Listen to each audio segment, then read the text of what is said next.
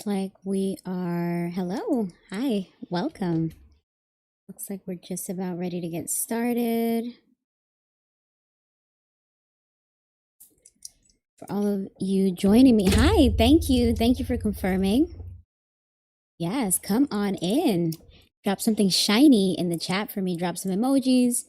Any little message to confirm that you can see me and you can hear me. Can you hear me? Can you feel me? I'm in sensation. All right, let's do it. Well, hello and welcome to my sparkly corner of the internet. I'm Shine, and this is Divine Shine Tarot with another celebrity reading live stream. Tonight I'm doing readings on rapper Latto and 21 Savage, who just welcomed a baby girl despite 21's rumored married status. We'll take a look to see what is the energy between JayZ and Drake after they've recently exchanged musical disses.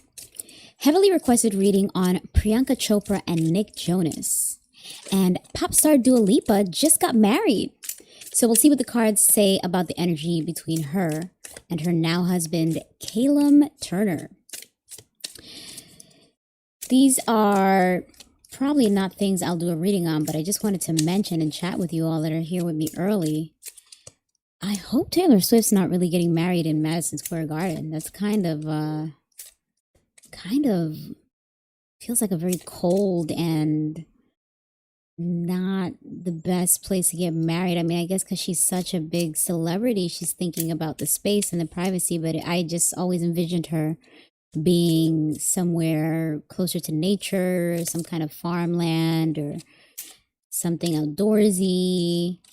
And I don't know, something about if Taylor Swift truly has her wedding at the Madison Square Garden in New York City, it just feels kind of really cold and sterile and not a place to celebrate a true love, a true union, a long-term partnership in marriage before God. It feels more like a business move, which for those of you that have seen my Taylor Swift readings before, it kind of sort of tracks that they would be doing this more for show instead of for an actual long-term union. So time will tell. I have a feeling that she maybe did like a decoy, like the news is being put out there just for her to distract from whenever she really does or wherever she really does it. Maybe she's keeping that true date, the July 3rd date, and just doing it somewhere else. So she's going to have everyone look at the garden while she's over here in maybe a true garden, not a Madison Square Garden, but like a real, a beautiful backyard, something naturey similar to the environment where they took their engagement pictures in. Also, Meg Thee Stallion, which, just as I predicted, broke up with her NBA basketball player ex-boyfriend now, Klay Thompson.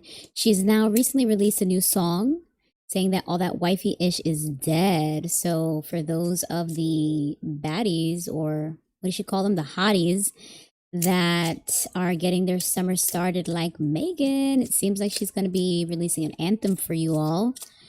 All that wifey-ish is dead. Okay.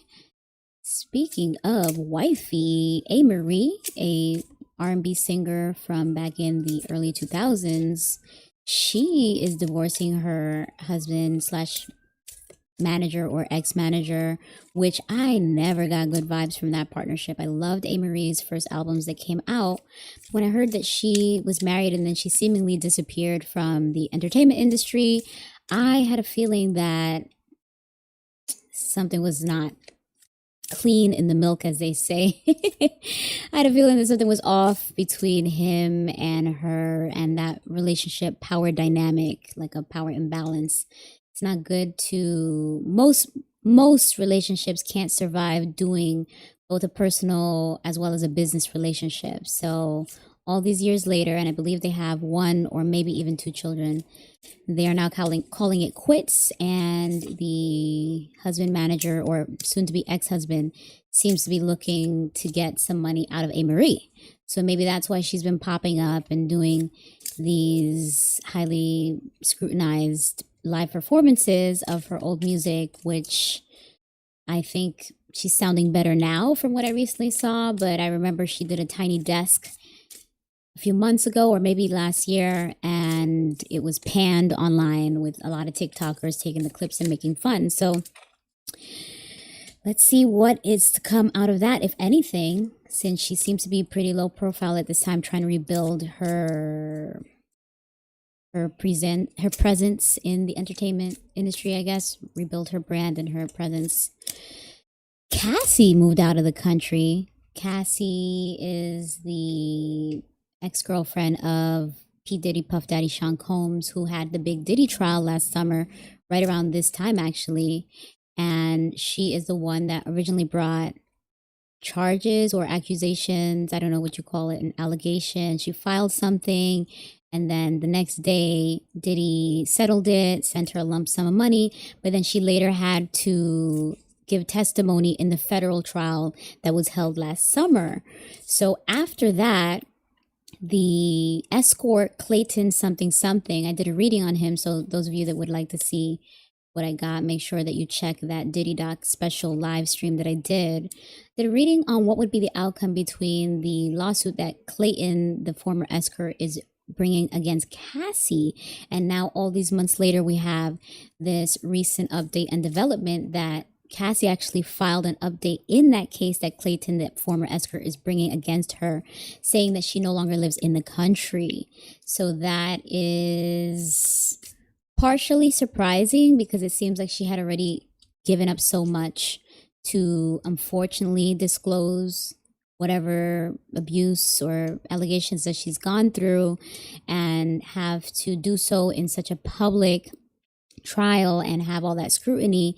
So I guess on top of that, for her to once again be dragged through a legal situation and something that's so closely related to that, and now she's being the one that's being accused, I guess I thought that the victor would have been able to like stand her ground and rebuild, reclaim a new life for herself here in the US. But I guess it's actually more peaceful and healthy for her to rebuild and restart fresh in another country. We don't know what country it is exactly. I imagine somewhere in Europe or somewhere tropical. She's restarting in another country. She says she won't be back to the US, and she is, I guess, filing that in the court to let them know that she won't be very active. She won't be responding a lot in that court case. So I believe when I did a reading on them, it said something about how his allegations, his court case will not get far. And I guess now we see why. Because Cassie said, peace out. I am not going to be here to be a part of that, to be dragged through the coals again. And I mean, good for her. Do what you got to do to protect your peace, Cassie, because it is definitely messy on this side of the pond, and feels like it's just the beginning of the end for some of those people that are either like Diddy or connected to Diddy, like JayZ, who we will do a reading on later tonight. So that is a good segue for me to transition into starting the readings. But actually, let me finish my intro for the newbies that I always have to kind of lay down the rules of the land, however they say that. What is it? Lay down the law? Read them their rights? Just establish how we're doing things around here to try to avoid some of the monotonous questions that sometimes pop up in my comments. So I will get back to my intro and then get started on the readings. For those of you that will watch the replay on YouTube, timestamps and a link to book a reading will be down below. I do celebrity readings for fun, but my passion is actually helping real people like yourself. So consider booking a reading if you'd like to see a specific celebrity reading. You can attach a request to your donation, but the best support is free. So hit that like button and subscribe so that I can continue sharing these celebrity and horoscope readings with you. Okay, now let's get started with the readings. On lives, I try to just do brief readings, not deep dives, since I do so many different readings at once. I'll give background before each reading while I shuffle for me to connect with the energy of each person and also to give you context. Remember, these readings are for entertainment purposes only. No facts, no truth, just tarot. All right, so let's get it started. Where should I start? Where should I start? Well, first let me check my chat because I've been sharing thoughts with you all for a while. Hi, Kamisha. Welcome. Nice to have you. Thank you, Cecilette. I've got some, I guess, what do you call them? Geometric nails on tonight. We're giving color, we're giving metallics, we're giving three-dimensional. Thank you for the love and the appreciation. So for those of you in the chat, who would you like to hear a reading on first? Should we do the hip hop or the pop first? Let's see how I have it in my notes. Okay. All right, well, I will kick it off with the JayZ and Drake, since that's what I have here in my notes first. So let's transition into a reading to see what is the energy between JayZ and Drake after they've recently exchanged musical disses. So last weekend, JayZ, Sean Carter, the rapper slash entrepreneur, businessman, he performed at a festival kind of weekend musical situation called the Roots Picnic in Philadelphia. And towards the beginning of his set, he had a live freestyle session where he seems to have dissed or responded to a lot of other people, mainly rappers in the industry, including Kanye West, who we did see Kanye West had a Twitter rant or rampage or outburst, I believe last year. Within that, he did mention something about JayZ's kids. So within the rap that JayZ did last weekend, he mentioned something about Kanye. JayZ also mentioned something about Nicki Minaj, the female rapper. So Nicki Minaj was another one that she went Kanye on JayZ in terms of she got on Twitter and she started also calling people out and having outbursts and reactions that at the time seemed to be one-sided, blown out of proportion, whatever the case may be. But there does seem to be a history that tracks along with whatever Nicki Minaj was saying, because she mentioned something about JayZ as well as other people in the industry. But around the JayZ stuff, it seems that Nicki Minaj feels that JayZ has blocked her from certain opportunities and has not paid her for a previous deal, the title deal when he had that streaming service that he finessed her and some other artists to buy into, and then ultimately he went and sold that off. And a lot of those kinds of business tactics that JayZ has commonly been seen or remembered for doing have turned off a lot of other people in the industry from doing business with him, because it seems that he often uses his cultural capital or exaggerated relevance and connection to community or to a origin story in Brooklyn. Yes, allegedly. JayZ seems to use that underdog persona a lot and that sense of relatability as someone Black in the industry trying to make it, trying to come up, to finesse his people, his culture, his community into going along with deals that are only beneficial to him. And so that has rubbed a lot of people the wrong way, both on the side of the people that would do business with him, as well as fans, spectators, consumers of rap, hip hop, and entertainment products. And Nicki Minaj was kind of reacting to a lot of that. And now all these months later, we're seeing that JayZ had a few bars for her. Bars are like lyrics that are impactful or memorable in a rap song for my international audience. Breaking it down for them. I know a lot of you on the stream already know what that means, but we have to be inclusive over here because I have a wide and varied audience, which I love that.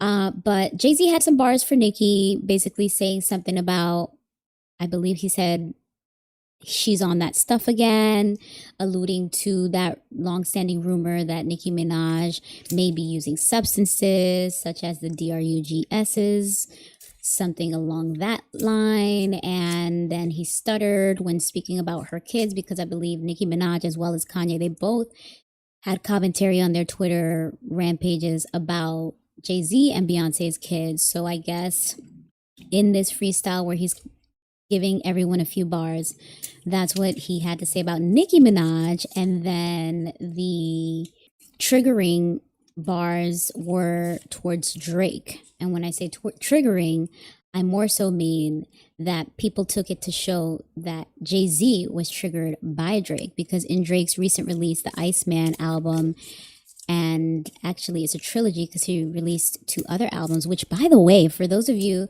that are enjoying the Drake albums, I am feeling Habibti all of a sudden. I was really only playing Iceman for the first couple weeks, but now all of a sudden, the album that I was least interested in, I'm finding some bangers in there. I'm like really enjoying the WNBA.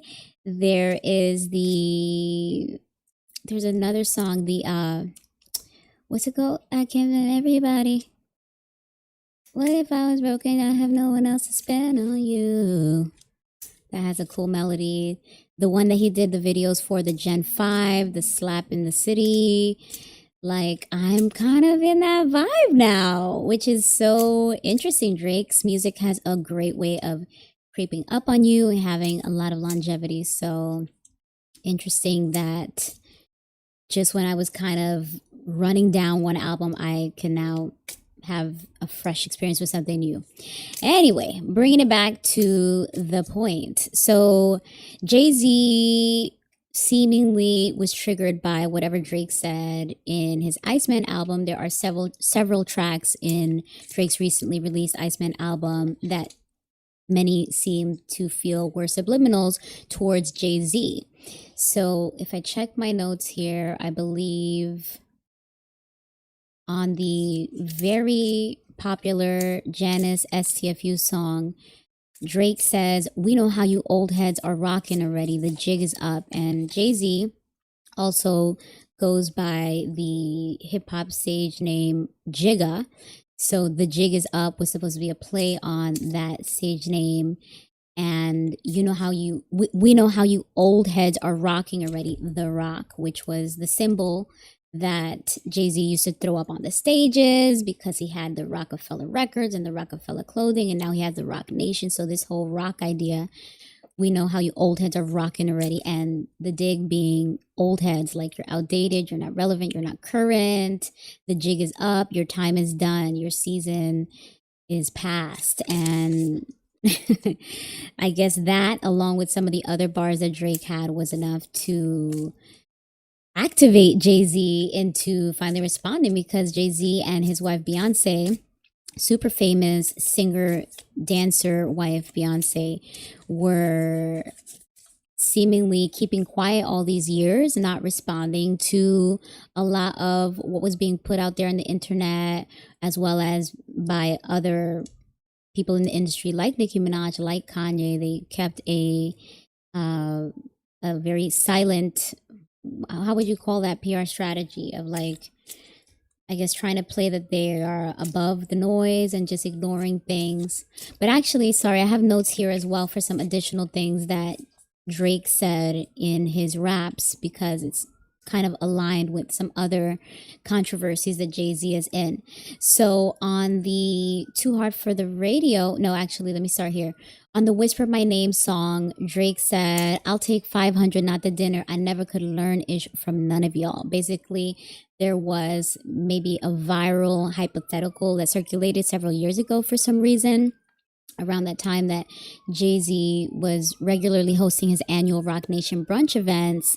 And within that era, there was this proposition online, like, would you take the 500K or would you take a dinner with Jay-Z? As if Jay-Z is supposed to be this great business mind that having a dinner or a conversation with him would be life-changing. And most people, just like Drake, would have opted for the money instead of the dinner.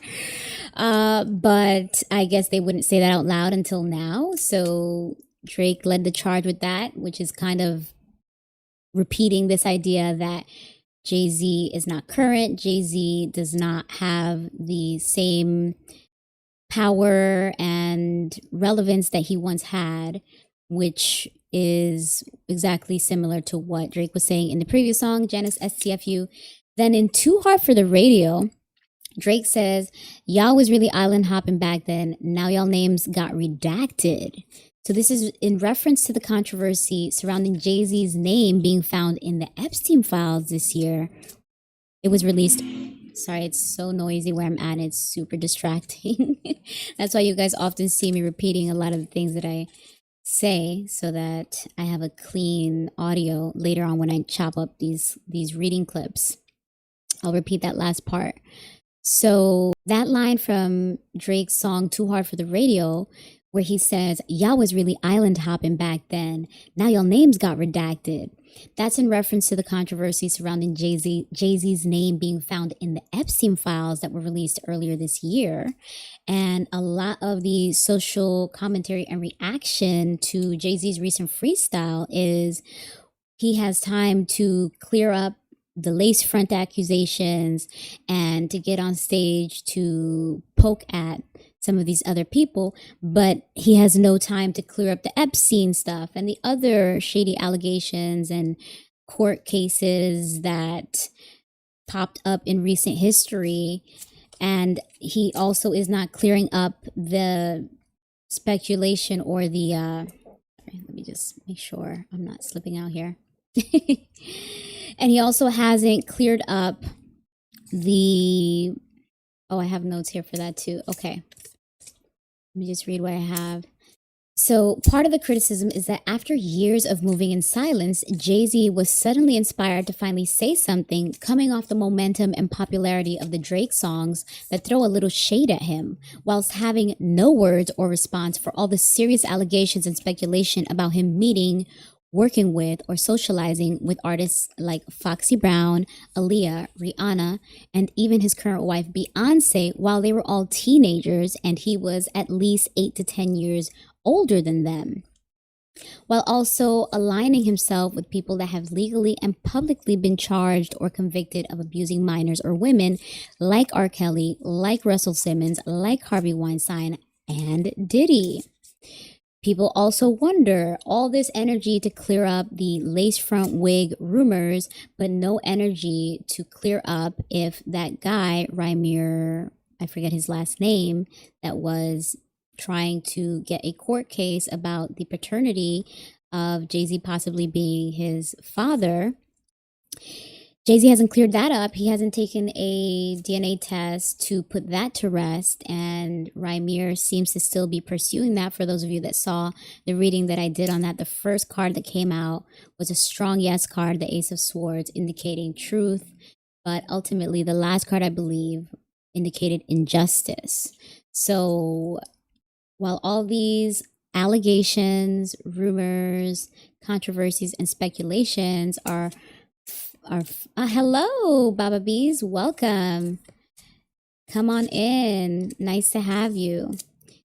So while all of that circulates without being cleared up, many people are just poking at the hypocrisy of JayZ having disses, bars, or insults for the other rappers in the industry that have called him out shortly after he just a few months ago sat down and did a interview with GQ saying that he feels that the time for battle rapping is over because it's getting too dirty in terms of, in his day, he says, women and children were off limits, and kind of trying to establish this sense of honor and boundaries in battle rapping that is dishonest. He himself was in some pretty messy rap battles. JayZ was against the famous rapper Nas from Queens, JayZ from Brooklyn, of course, for those of you just joining me.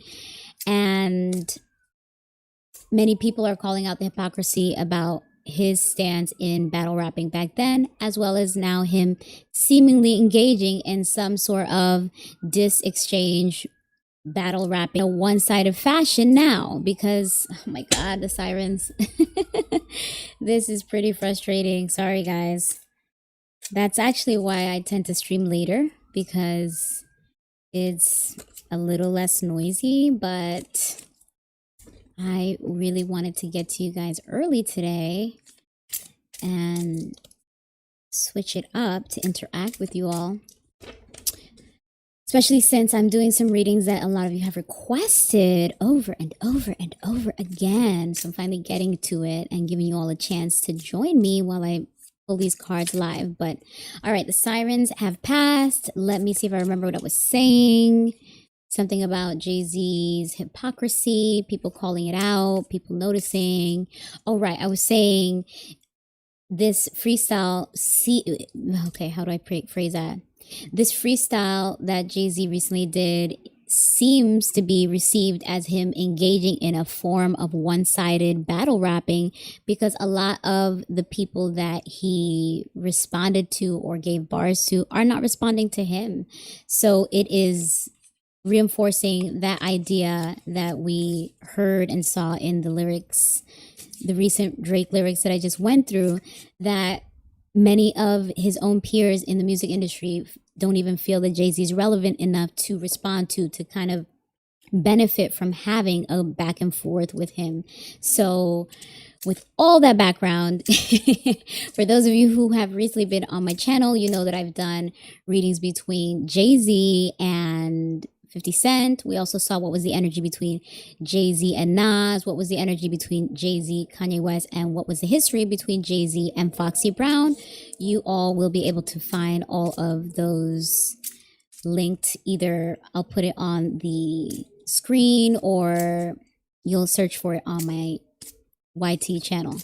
But for tonight, we are now going to see what is the energy between JayZ and Drake, since that seems to be the top rap artist in the industry at this time. And Drake is coming on the other side of a very controversial rap beef about 2 years back that many suspected JayZ may have quietly been encouraging. Maybe since JayZ is the one that is able to select artists for the Super Bowl, there was perhaps a personal vendetta or a personal reason that he wanted to amplify the Kendrick disses against Drake, as well as any other behind the scenes shade and sneaky business moves that Drake may feels have been done intentionally to slight him. So there is this energy of competition that JayZ seems to deny in his recent interviews. He seems to constantly kind of big time himself and sun the others, sunning as in like diminishing people like Drake and any others that have come up in recent conspiracies or conversations about who JayZ may be conspiring against.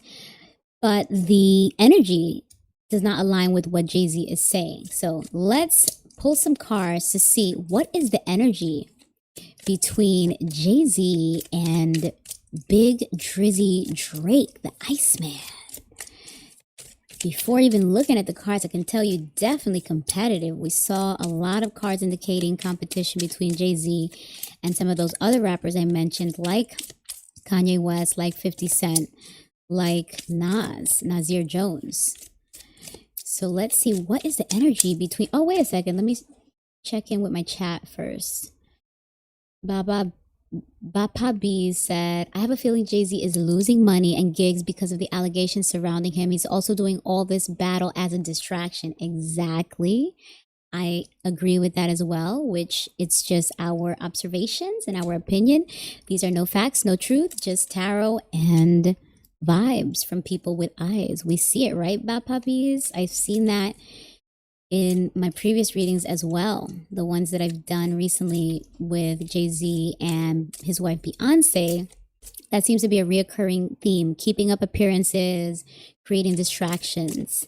So let's see now. Let's see. Who should we start with? Let's start with JayZ.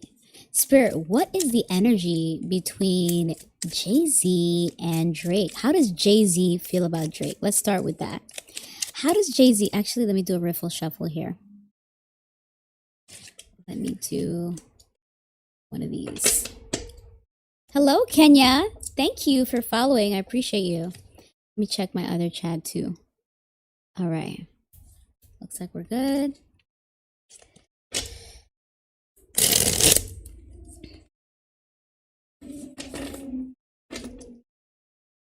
Yeah, exactly.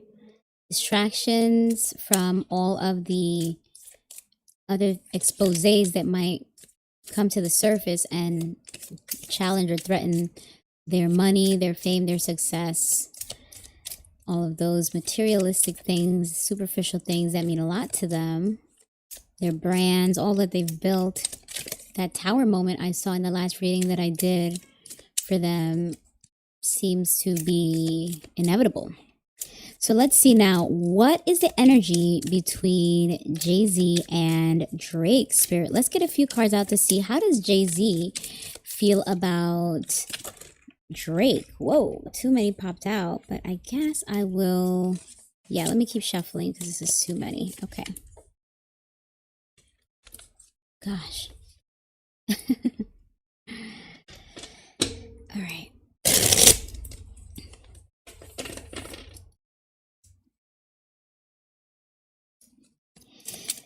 Spirit, how does JayZ feel about Drake?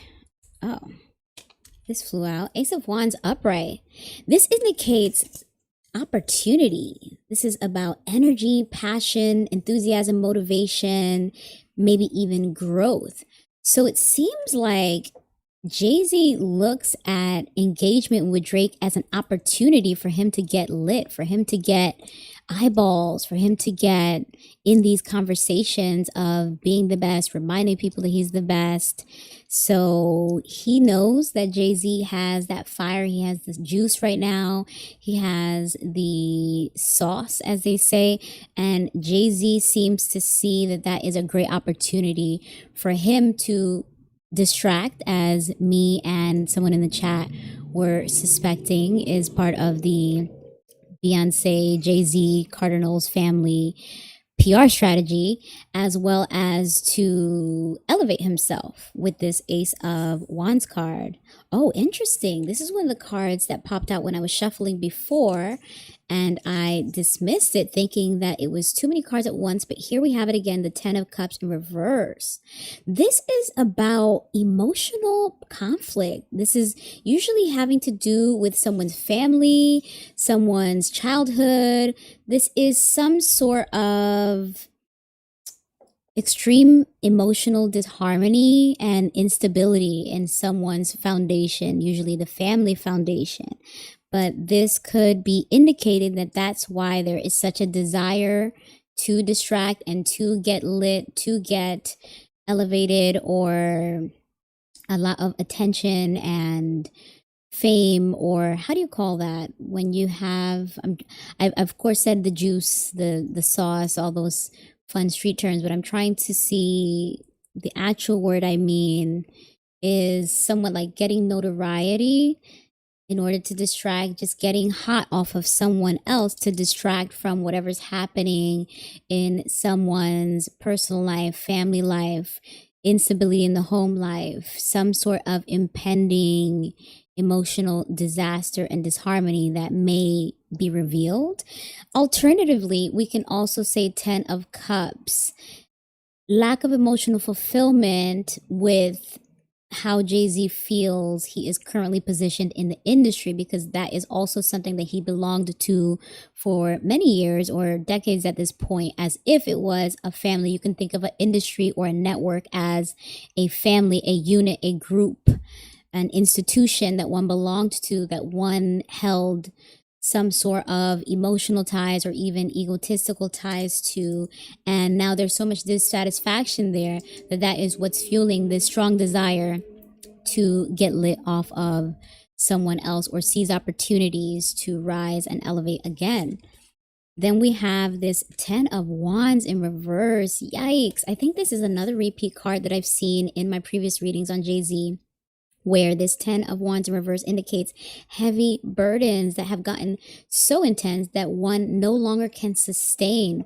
One has to either delegate if these are responsibilities, but in the case of JayZ, it seems like he is taking on an impossible task.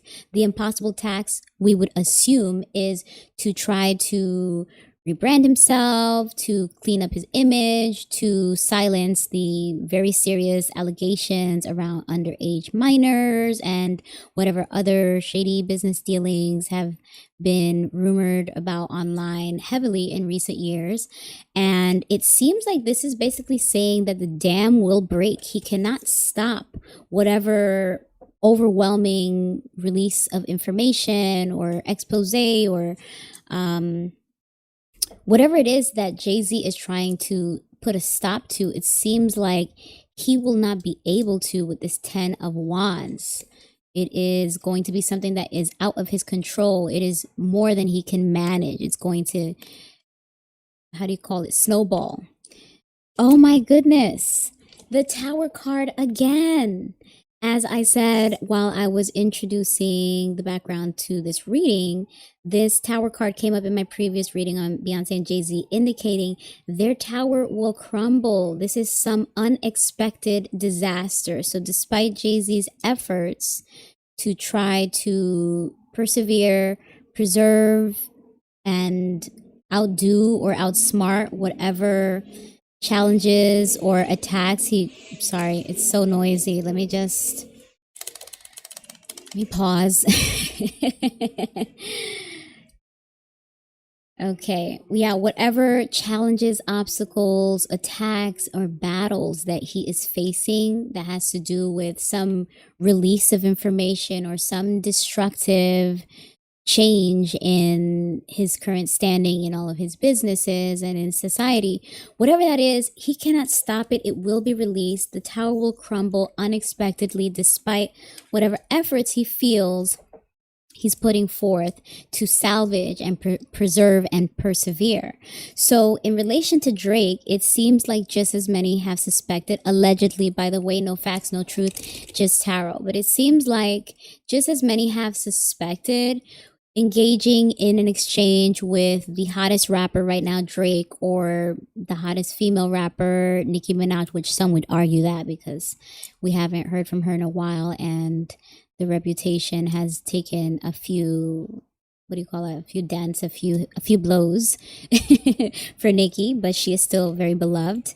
It seems like what people suspect is exactly what these cards are reinforcing, that there is a game of distraction going on and trying to ride someone's coattails to the top, despite JayZ saying, I'm the best, I'm bigger, I'm the boss, I'm at the top, why would I look down? Or, they look up to me, whatever he said in the freestyle. Actually, no, it seems like you are very aware that there is something that you are trying to avoid. You're at risk of losing something significant, JayZ, and so that's why you're trying to distract and get lit somewhere else. Let's get a few more cards out and then we'll switch to see what the cards say about how Drake feels about JayZ.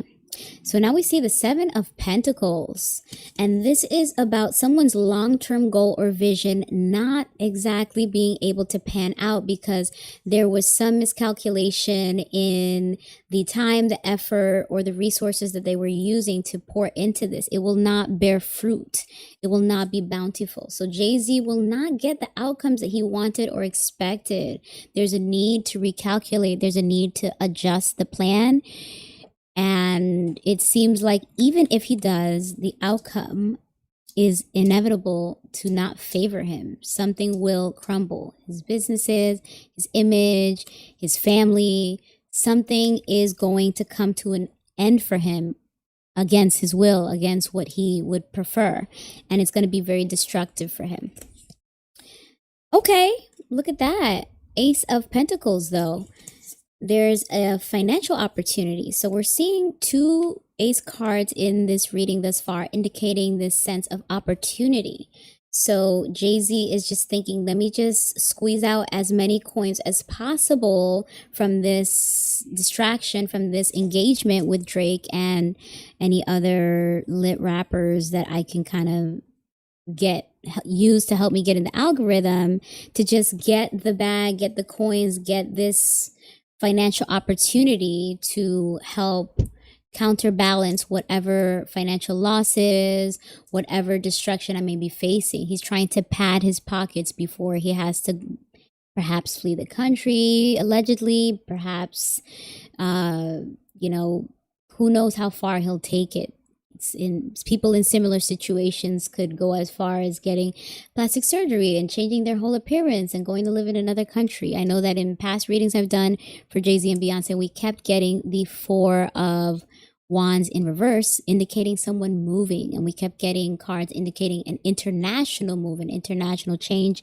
The great psychic Sloan Bella also mentioned something in her reading about Jay-Z and Beyonce, that she did foresee that they would be moving perhaps next year. So time will tell if there's any truth to that, but whether they move or not, Jay-Z is very aware that this is the time to pad his pockets and get hot off of someone in order to do that.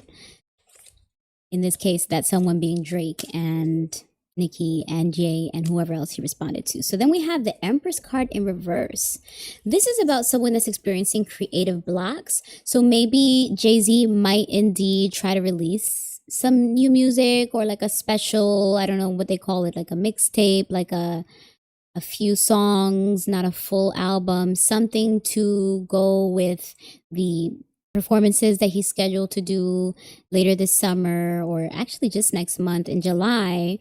It seems like his creative efforts will not be successful when we see this Empress card in reverse. This is about some sort of blockages to abundance. You are no longer bearing fruit, as we also saw that idea here in the Seven of Pentacles.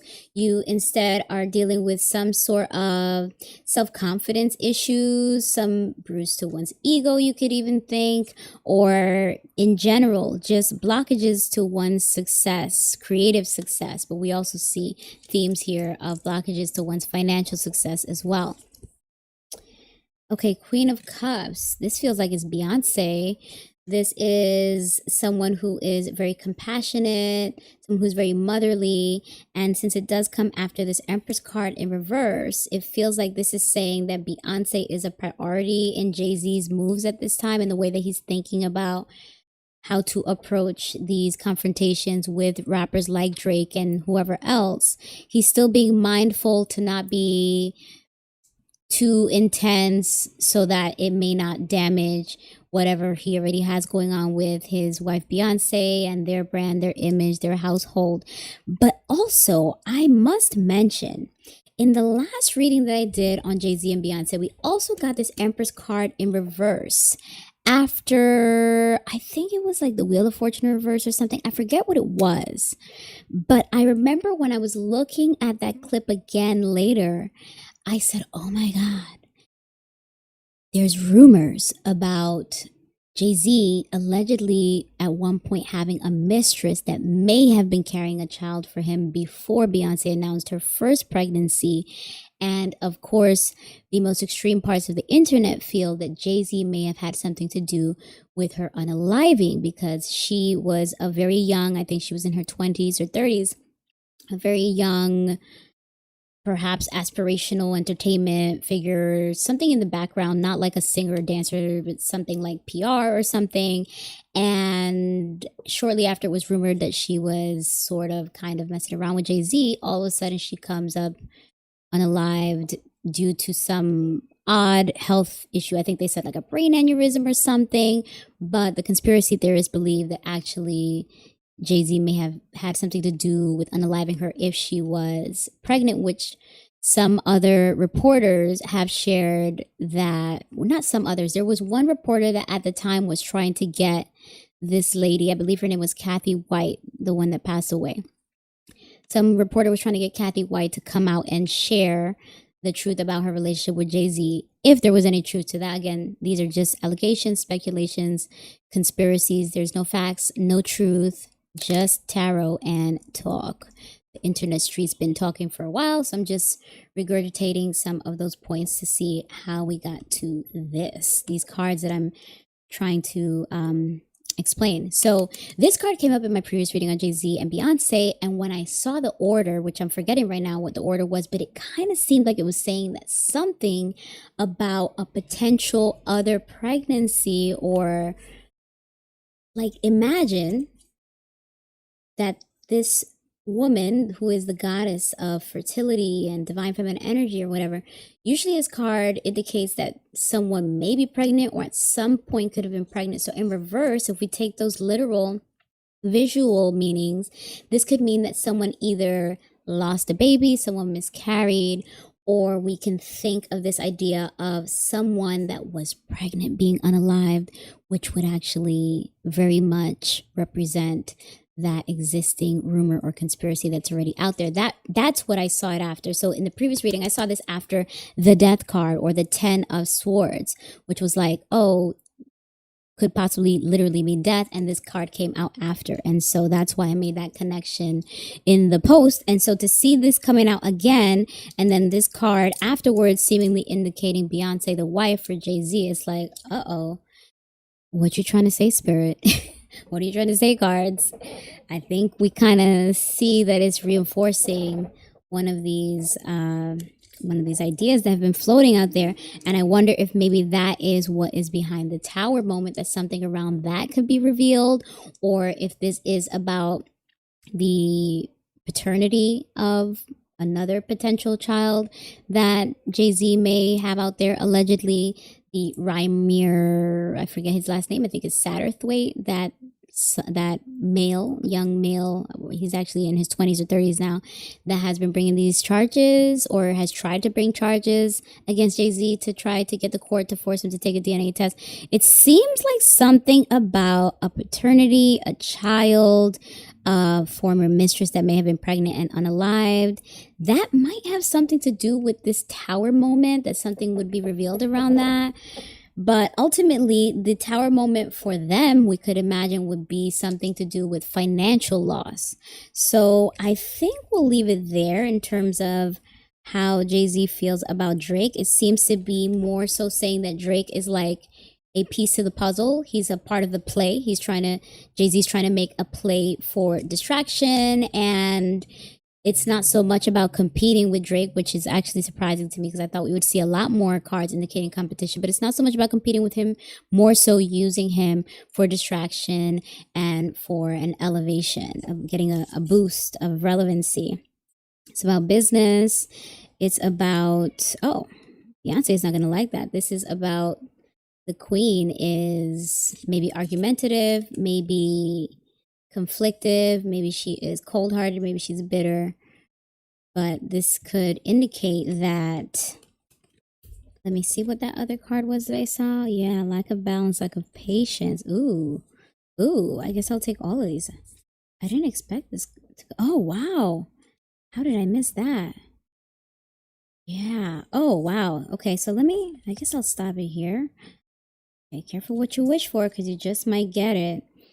Okay, I'll stop it here. So it seems like this Two of Pentacles in reverse is indicating that this is a lack of organization. So if you are strategizing, if Drake is a part of a bigger game or a bigger plan of distraction and moving the chess pieces, it seems like there is something that is unorganized or chaotic or imbalanced in the plan, in the strategy. This is also communicating that you're at risk of losing something of value. You're juggling two or more things of value, either material value or intrinsic value, and you're at risk of losing one or more of those things. So this is kind of communicating a sense of desperation, a sense of miscalculation, a reinforcement of the idea of this Seven of Pentacles in reverse, where one needs to go back to the drawing board and recalculate, adjust their plan, because they're not going to get the outcome that they were seeking. And we're seeing the Four of Pentacles. So this is about a fear of loss. This is about one protecting their resources because they feel that they are at risk of losing their stability, all that they worked for, all that they've earned, trying to hold on to those coins. And the risk of that is a potential scarcity mentality. We also see the Temperance card. Wait, where was that? Yeah, the Temperance card in reverse, which was somewhat reinforcing what I saw in the Two of Pentacles, Temperance card here, Two of Pentacles here. This is somewhat reinforcing this sense of imbalance, but this is more so saying something about impatience, a lack of moderation. So maybe JayZ in his planning, the miscalculation or the disorganization that may come out of this is that because he is perhaps more ego-driven or working from a place of desperation and a fear of loss, fear of scarcity, he may do too much. He may overstep. This imbalance and this lack of moderation may be him beating himself or biting himself in the you-know-what, kicking himself in the you-know-what. So this impatience, this sense of urgency, this sense of desperation, this sense of scarcity, fear, and all those things going into it are reinforced with this card. And that may be why we see his queen Beyonce getting a bit upset about that, getting cold-hearted, cruel, bitter, and dismissive when she sees that things aren't quite working out for the business. Because we finish off here with this Moon card upright, indicating illusions, anxieties over some sort of uncertainty or secret. This could even be paranoia. And those secrets or paranoia have something to do with business. This is another card that I've seen come out a lot with my JayZ readings, but usually it's in reverse, indicating that the emperor will fall. The leader of some business empire will fall off, will crumble, similar to what the tower is communicating. But since it's upright here, we can also think of father figure. We can think of stability, structure, routine, and the lack of certainty that we're seeing in the Moon card means that that structure, that routine may no longer work for them. So they may be stuck in a certain way, since we do also get this sense of rigidity, being controlling, sticking to a certain structure with this Emperor card upright. They may be set in certain ways. When I say they, I mean JayZ, his business people, the way they do business, the way they communicate, the way his wife and his family have been using the children or the family image to shield themselves from reactions or questions. It seems like this is basically saying it's not going to work anymore. And so that's why there is fear, anxiety, and paranoia over all that they can lose, all that's at risk, and all that will no longer be in their control. So Beyonce is going to be big mad, it seems, and JayZ will continue to lose control, lose financial resources, lose relevancy, which is why he is trying his best right now around all his anniversary album events, the performance, all the things he's doing. So surprisingly, not much about Drake on his mind, more about his own empire on JayZ's mind. So let's now shuffle and see what the cards have to say about how does Drake feel about JayZ. Because on the Iceman album, Drake also alluded to possibly having more to say about certain people, possibly trying to decide if he will reveal some more things, and definitely reminding people that he's on top and he's staying 2 steps ahead of other people, not just his peers in the industry, but also his own label, the industry machine that he was fighting for a while with his lawsuit. Seems like Drake is ready to get out ahead of things, or ready for that smoke, as they say, ready for any conflict that other rappers like JayZ may be trying to bring him. But let's see what the cards say about if indeed Drake has any energy for JayZ at this time. Spirit, what is the energy between Drake and JayZ? Let's see. Is there anything to come from Drake about JayZ? So the question for this reading is, how does Drake feel? Wait, how did I ask it for the JayZ one? For the JayZ one, I said, how does JayZ feel about Drake? So now I'm asking, how does Drake feel about JayZ? And the first card that came out is the Six of Wands, indicating that Drake is so full of joy and celebrations for all of this victory and success of his recent albums that he is unbothered. He's basking in his position at the top of the rap world, the hip hop world right now. And it seems like this is confirming that energy of I'm the boss of the business. That's one of the lyrics in one of the rap songs on the Iceman where he may have dissed JayZ. Oh, let me see what the comments are saying. Baba B said, Drake is really impressive. I'm not a fan, but considering all the dirt and allegations against him and the Kendrick Lamar diss, he's still breathing records. An ordinary musician would not survive. Exactly. I completely agree. It's just good music. Like, there's so many great Drake tracks, new and old, that are timeless. It's easy, fun music to listen to, and he captures a lot of different vibes.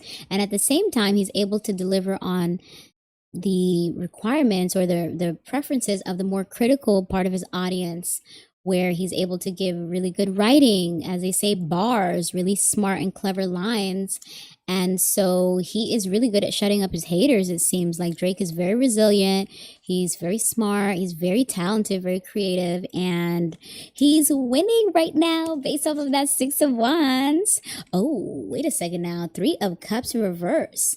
So while he is indeed winning and celebrating and basking in all of this victory, success, triumph, and glory, he also is like, no new friends. I'm antisocial. I don't F with y'all right now. This Three of Cups in reverse is indicating that after a period of experiencing that one social network may have been working against them, may have been gossiping, may have been toxic, they are now taking a step back from that. So Drake is in this energy of not trusting anyone, even if they were once a peer, even if they were once a mentor, even if they were once a colleague, a partner, whatever it may be.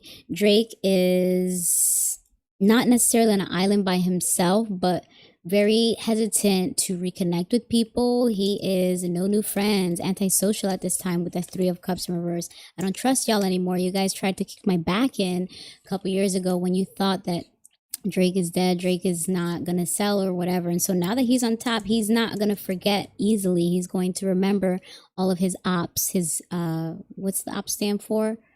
All of his I'm losing my vocabulary. What is it? Well, all of his enemies. Ops are supposed to represent enemies, but I thought, opposition. There we go. He's not going to forget all of his ops and all of his enemies. So then we have the Hanged One in reverse. So this indicates, yes, thank you, Javi. Thank you. I appreciate that. My chat is on it. Hanged One in reverse. So this indicates that someone is stuck in a certain position because they fear losing control. They don't want to relinquish and surrender to whatever external forces, whatever's happening in the universe.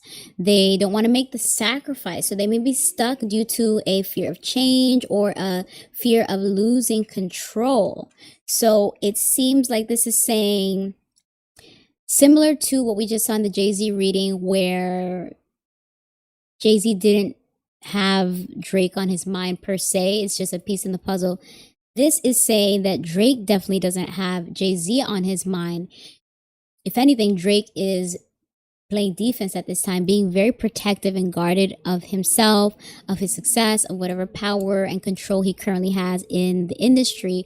And he's not going to kiki and cheers the sparkling rosé at the Rock Nation brunch or whatever events would allow them to cross paths and pretend like they are cool or that they're on the same page again. So this is all about hesitation, resistance, and it's repeating some of what we're seeing in those cards. Oh, look at this, a Scorpio card. Drizzy Drake is a big Scorpio. So the Knight of Cups upright. This indicates someone that tends to romanticize things in life, but this could be someone that's very charming, someone that's sensitive, someone that is following their heart.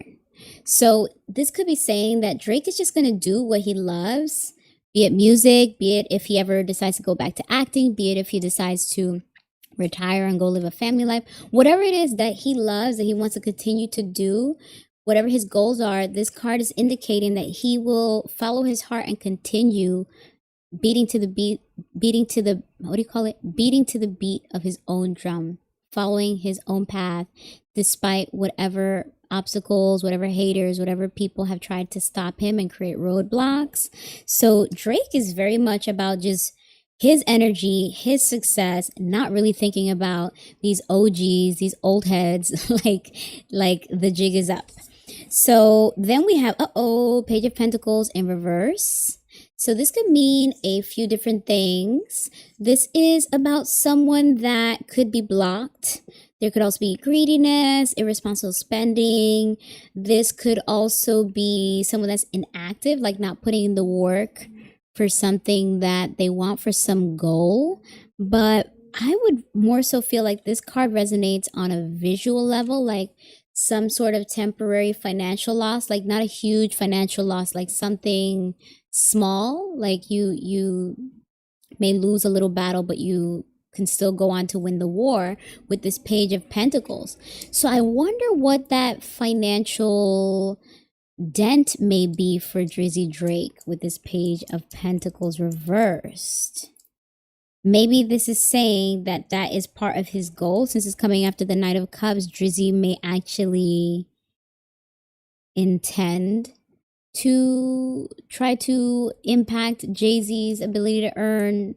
Don't even give him any, don't even let him get one coin off of me. It seems like maybe this is saying he is aware of JayZ's motives to get hot off of him, to get some relevancy and turn that relevancy into income, into financial resources. So maybe this is saying that Drake does not want to feed into that, doesn't want to give any of his ops crumbs.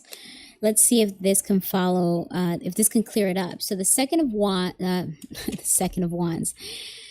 So the Two of Wands indicates that someone is preparing and planning. So Drake has the world in the palm of his hands. The world is his oyster. He has all of the tools, the skills, the foresight to try to make some power moves. And so this could be saying that Drake is waiting and watching. He's not going to be reactive. He's definitely not going to respond to whatever JayZ's recent freestyle diss said. But it seems like this is saying that Drake indeed is sitting on ready to make sure that Drake's money, brand, or image is not impacted, or reputation, I should say, to make sure that Drake's money, brand, or reputation are not impacted, as well as to make sure that he's making moves that are bigger picture, not just thinking small change. So similar energy we saw there between JayZ and Drake in terms of both of them thinking bigger picture. Oh, Lover's card upright. This is about making the right choices, long-term choices and decisions that are made that are going well for someone. So I guess Drake is perhaps feeling like he's in his element. He's right where he belongs. This is his destiny. He's so happy to be continuing after all these decades as a rapper and entertainer. He's continuing on that path, as we saw somewhat indicated with this Knight of Cups, and no JayZ, no small insignificant disses are going to stop him or impact him. He has his eyes on the prize, and the prize being like setting your sights on broader horizons, something bigger and better than just going back and forth with a retired rapper. So we have here the Four of Cups, indicating that there is some dissatisfaction or disappointment with what someone has. I would more so think that this is saying something about a contemplation.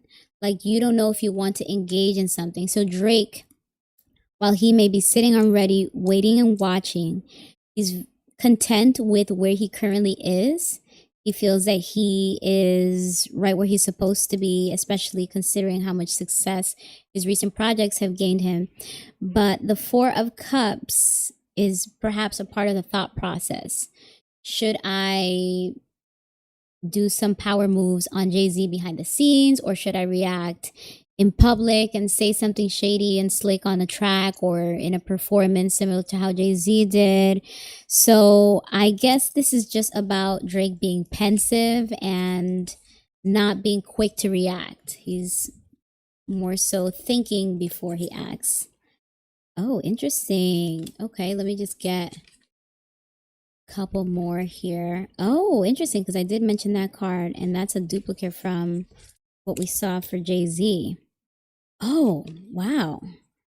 Oh, wow. Oh, yeah.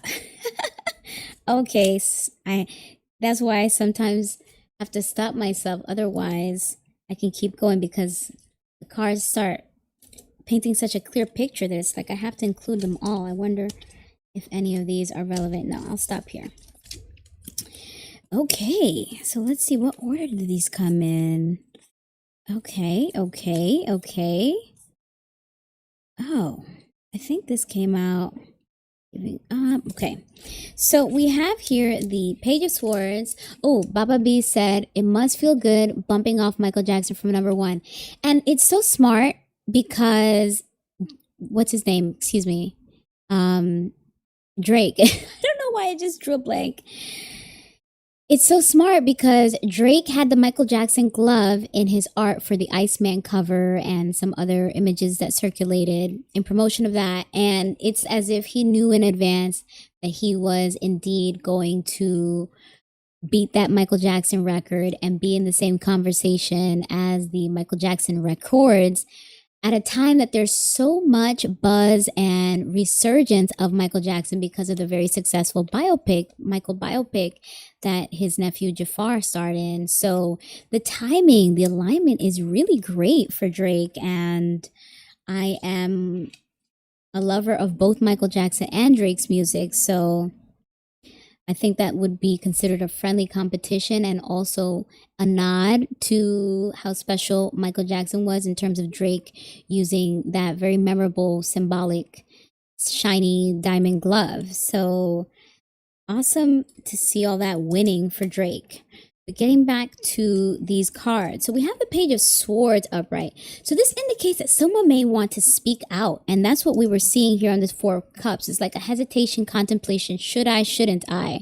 And it seems like indeed Drake may speak out in his own way, most likely through music. He doesn't seem to be the type to throw a Twitter outburst, a Twitter rant, or to throw a shady subliminal post on the gram or any other social. So it seems like indeed this is not the last we're hearing from it. This Page of Swords indicates that Drake will indeed respond to JayZ or say something about JayZ again on his own time. And the King of Wands, which is a Sagittarius Scorpio card, once again a nod to Big Drizzy Drake, the Scorpio, is about someone that's got that fire. He's got that power. This is someone that's courageous, charming, driven to succeed. So this is all about leadership ability and that kind of energy and charisma that allows you to be a leader in all the decisions that you make instead of a follower. You kind of, as we saw earlier, going to the beat of your own drum and keeping your eyes on the prize. So Drake has a fire within him, a passion for whatever it is that he's working on, which he feels is very destined for him to be in the position that he's in. And he really loves this work, being the rapper, being a musician, because he also does other kinds of music, not just rap.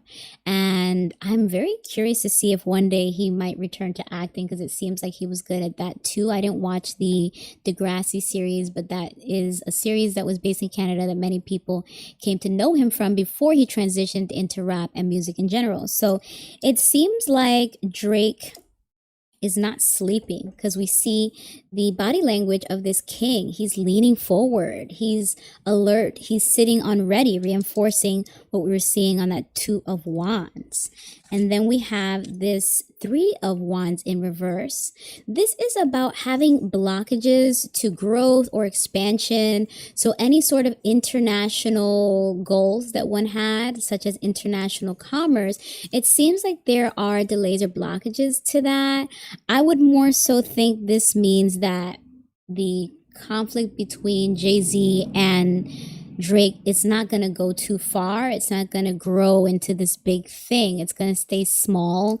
It's going to stay, a little shady here, a little shade there, a little back and forth. So it's not going to turn into this big. It seems like this is saying Drake's not going to give it to him in terms of whatever relevancy or hype JayZ may be looking for by addressing Drake in a way and seeing if it goes any further.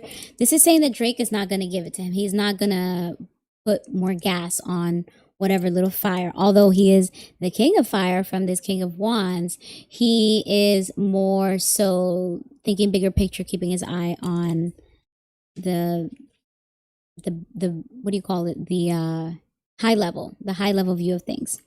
So then we have, let me see if I can go through these much quicker. This is a repeat card. Hold on. So then we have the Moon card again, which we just saw in the JayZ reading, indicating there is fear over some illusions, some uncertainty, possibly a secret. And that secret seems to be some lie, some dishonesty, since it's followed up with this Ace of Swords in reverse. So there is a fear of some secret. So maybe that is part of the reason that Drake would not engage too much with JayZ as well. He doesn't want JayZ to retaliate and drag things out and perhaps reveal something that Drake would not like to see revealed. But there is this competitive energy since we're seeing this Five of Wands.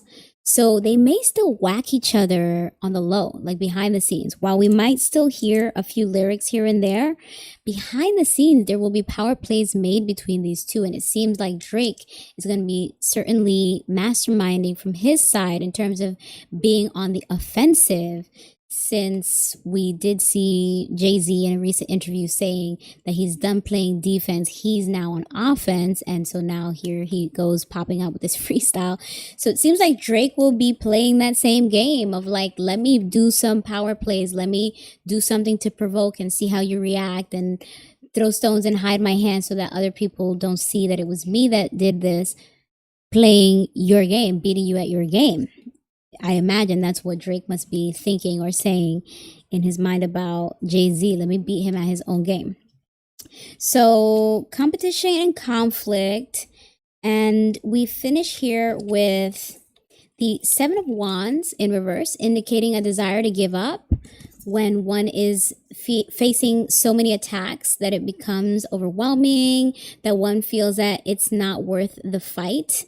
There is a desire to give up. So this is reinforcing this idea of not letting things get too blown out of proportion, not putting too much energy in a back and forth between Drake and JayZ. Drake's not going to give him that, and Drake doesn't see himself gaining much from that since he currently is the one on top. So Drake doesn't see any value in engaging in another rap battle, especially not with someone like JayZ, who's not even as relevant or as positioned in a way that's going to help elevate Drake in any way. Drake's on top. He doesn't need that back and forth again. We finish with the Magician card. Sorry, since I said back and forth again, I just want to clarify. I meant back and forth again in terms of another rap battle, because he had the rap battle with Kendrick, which didn't go great with him because of all the other industry influences that were trying to pump other stuff into it, and that was very damaging and blah blah blah.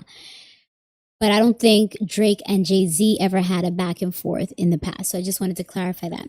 So then we finish off with the Magician card, indicating that Drake has all the tools, the skills, the powers, the charms, the courage, all that it takes to manifest whatever it is that he wants and that he needs.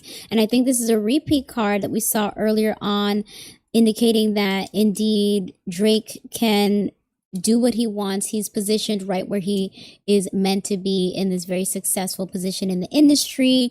And so when you're on top, you don't play with those that you deem to be beneath you. So in conclusion, it seems to be saying that the way Drake feels about Jay-Z energetically at this time is that he's not really worth the trouble. Don't give him too much energy. Keep your eyes on the... What did you say? I'm sorry? Oh, I saw a comment come through and then it just went redacted, like comment was removed. I guess it was a typo. Okay.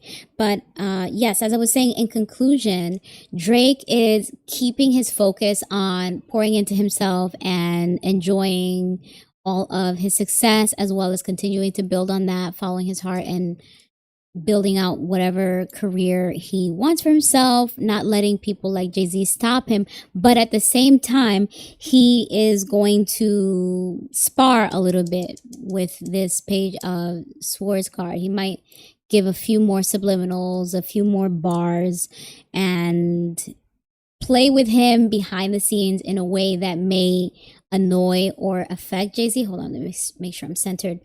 But without, sorry, let me say that again. Play with him behind the scenes in a way that may affect or bother Jay-Z, but without the public really seeing the full play-by-play of who did what, how did things play out, just moving in silence, moving in secret, so that things don't get revealed. Too much does not get put to the surface. So let's see what actually comes between Drake and Jay-Z, since it seems that he is not really eager to engage. Doesn't see much to gain there. All right, so I guess it's a good time to transition into, since we're already on the topic of these rappers, we can see what the cards have to say about the female rapper Latto and her now baby daddy 21 Savage, another rapper. They're both based in Atlanta. Well, actually, let me pick up these cards before I start my intro there. Okay.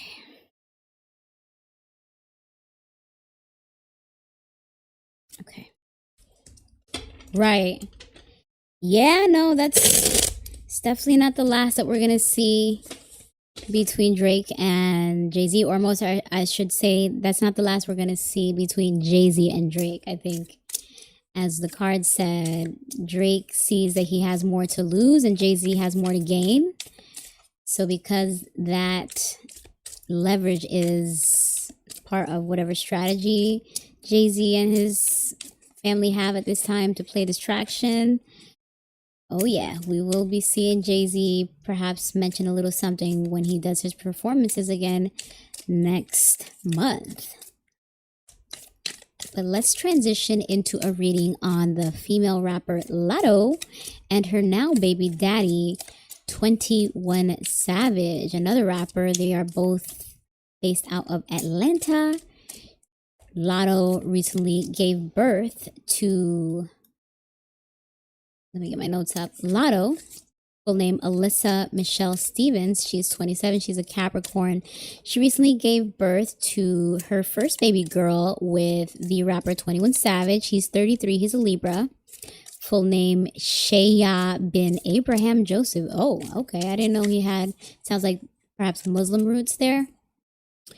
So 21 Savage was born in London, raised in Atlanta, and while this is the first daughter that he will be sharing with Latto, this is actually his second daughter and his fourth child. So it seems that the controversy behind this Latto and 21 Savage relationship, hard launch all of a sudden after them secretly dating for the past year or so, or several years. Let me see, when did they meet?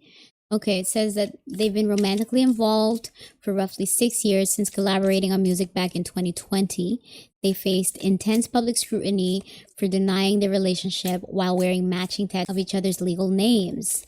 So, as I said, they just welcomed a baby girl, and the controversy seems to be that while this is Latto's first daughter and the first child that she shares with 21 Savage apparently was already married to the mother of his first two children, two boys, and he also had a daughter with another woman. So those are two pre-existing mothers of his children's, or baby moms as the internet streets like to call it. And so now Latto is the third baby mom, and part of the controversy behind that is that a lot of the listeners of her music or her fans feel that there is some hypocrisy there, because apparently at some point she had some lyrics in her music. I'm not familiar with her music, but I understand that it was something like Big Mama No Kids, and sort of putting herself on a pedestal as if she's being so selective, waiting for the right man at the right time.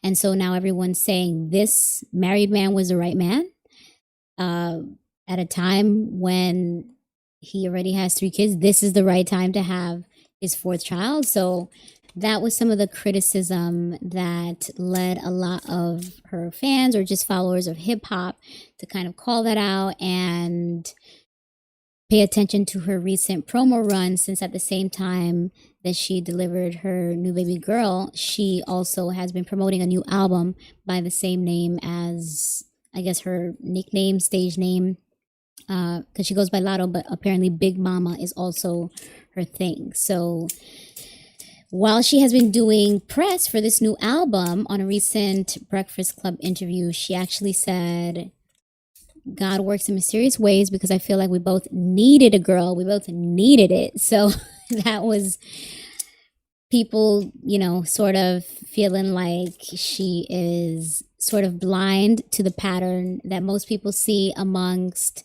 not only entertainers, but especially rappers and unfortunately males in general in modern day society. When they have kids with previous mothers, they usually do not have much respect or appreciation for the women that come afterwards and have more kids for them. They usually are not convinced to settle down now if they weren't convinced to settle down before, and they don't hold that sacrifice that a woman does to have kids for a man. They don't hold that in high regard. So many people feel like that whole idea of right man at the right time, it does not seem to be equating to what is perceived of Savage. And so the hypocrisy that her fans are calling Latto out for is sort of blowing up in her face a little bit. And hello, F. Toby. Yes. Thank you. Let me give you a heart here. So nice to see you. Thanks for joining. Yes, I tried my best to come on early today because I've been trying to do this stream for a few days and life be lifing, but here I am trying to switch it up and see what the audience is on a Sunday afternoon. But I'm in the middle of getting started for a reading on the female rapper Latto and her now baby daddy 21 Savage. So another thing that Latto said on that Breakfast Club interview recently, she said something about he is not perhaps married anymore. That's how it was understood or interpreted. And then she said, but that's his story to tell. So I guess what she's saying is that while he may have been married to the first mother of his 2 children at some point, that may not be the case now, and that's probably why she felt comfortable proceeding in the relationship. But her fans or the people that love hip-hop or whoever's aware of her, they still are raising their eyebrows and judging. And so obviously Latto's not trying to hear that. She's trying to enjoy her beautiful new daughter, which, by the way, there was a really cute picture of her with like a nice pink carriage, and it was just really pretty and girly. So congratulations to you, Latto, on enjoying your beautiful baby girl and, blocking out whatever you perceive as haters and controversy.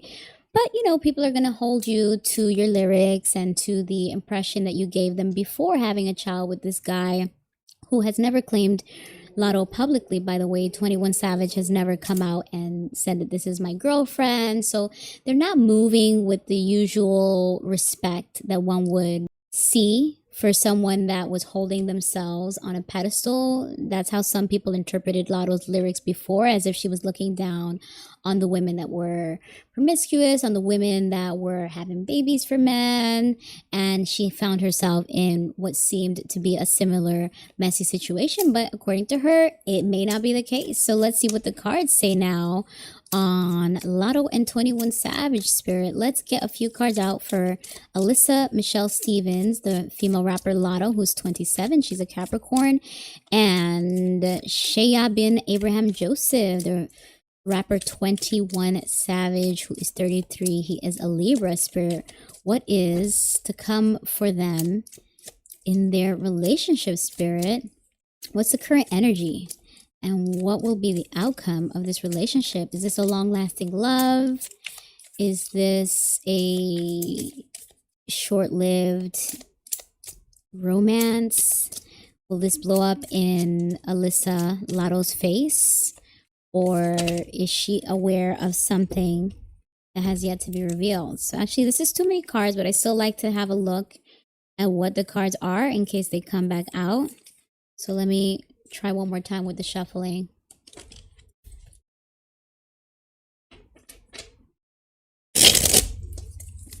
Okay. Spirit, what is the energy between Latto and her baby daddy 21 Savage? Let's get a few cards out to see what do the cards have to say about the energy between them. What is to come for that relationship? Oh wow, look at that.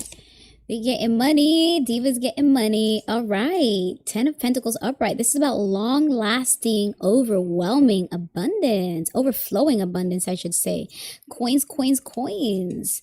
So this is a really good card indicating long-term stability for a family, long-term wealth, financial abundance, or it could also represent just one big windfall that is able to help people with their long-term savings and wealth.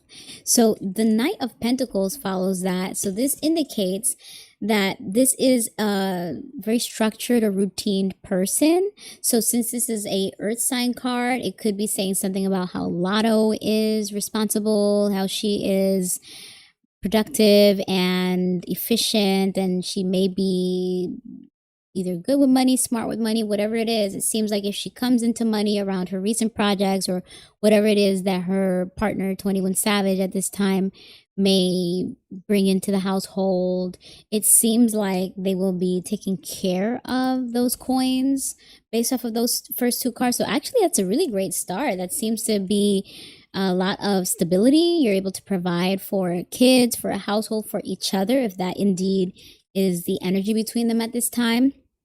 Oh, Eight of Pentacles in reverse though. So while we saw a lot of abundance, like financial gain and trying to be smart with money, trying to be structured, now we're seeing potential financial loss.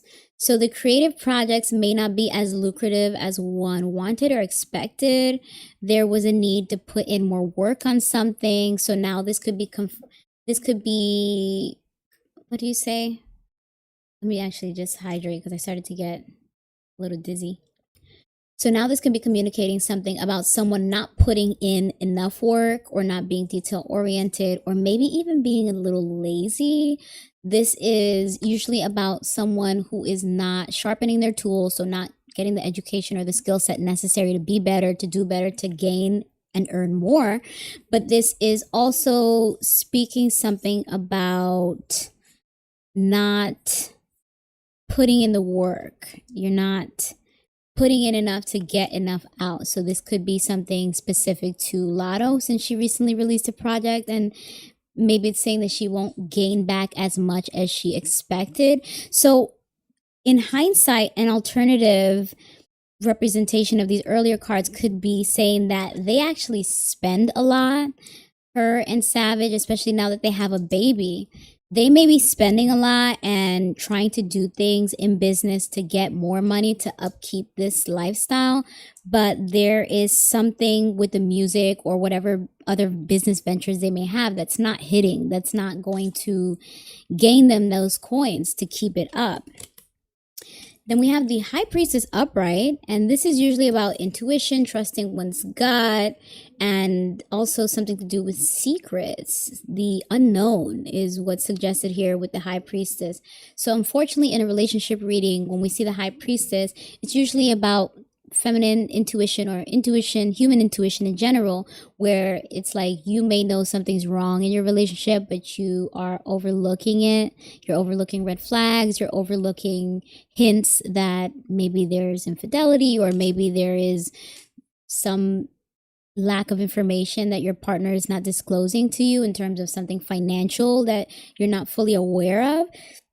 So this High Priestess card could be indicating some unknown information that is either to be revealed, or that Latto or perhaps both of them are aware of, and they are maybe trying to keep it under wraps, look the other way, overlook it, not react to it. They're just focused on the money, but there's something that they know deep down inside is not working, perhaps, or that they're trying to make it work despite what they're seeing. Oh, interesting. Nine of Pentacles upright. This is a great card. I'm surprised. Did I shuffle this good enough? We're seeing so many cards from the Suit of Pentacles. I really expected to see more from the Suit of Cups because I wanted to know. Oh, okay. I see it. Okay. I wanted to see more about their relationship in terms of love and emotions. And I'm seeing this Nine of Cups in reverse right after this Nine of Pentacles upright. So the Nine of Pentacles on its own usually indicates independence, someone that is able to enjoy the luxuries and reap the rewards of all their hard work, all that they've invested. But in a relationship reading, when we see this card, it indicates that someone probably thrives better off when they are alone, when they're independent, when they're single, or someone might already be moving like they're single, since we're seeing it after this High Priestess card that indicated the unknown, potential secrets. And I already gave you the context of what that tends to mean in relationship readings that I've done. So someone may be moving like they're a bachelor or a bachelorette, depending on who this refers to. I would feel like it's more so 21 Savage, because Latto literally just had a baby like weeks ago. And I don't know if you're able to go and date while you're still healing from, being either sliced open or ripped open to deliver a beautiful bouncing baby girl. And right after this Nine of Pentacles, we see the Knight of Cups in reverse, indicating that someone got what they wished for, but they're not happy with it. And we're seeing a feminine, once again, a feminine image, indicating that indeed, Latto may realize that it's not what she thought it was once this honeymoon stage. Hold on, my nose is itching. Ooh, what's that? My nose has been itching a lot whenever I tap into certain energies on these readings. So I wonder if that's, maybe their spirit guides want me to stop talking about them, but you're not stopping nothing. I will persevere. Okay, so Latto may come to realize that this relationship is not what she thought it would be. She may come to learn of some secrets. This unknown information may be revealed, that someone's moving independently, either fraternizing with other people outside of the marriage, like extramarital affairs. Well, they're not married, excuse me. This could be someone that is living like they're a bachelor, or this could be your partner is making financial decisions independently and you're not aware, and that is affecting you negatively, and you're not pleased with that. You're unhappy. You're thinking you're in a partnership that's balanced or that's stable and secure, that's bringing in a certain kind of income. But then you learn, actually, he took out a second mortgage to go do opening of a casino, and now you have no money. Hint, hint. That could be what's happening in another rapper situation, but all alleged, of course. But the Nine of Cups is indicating that Latto either is starting to or eventually will come to learn that she is not happy with this relationship. She's got what she wanted, but now it's not all that she thought it would be.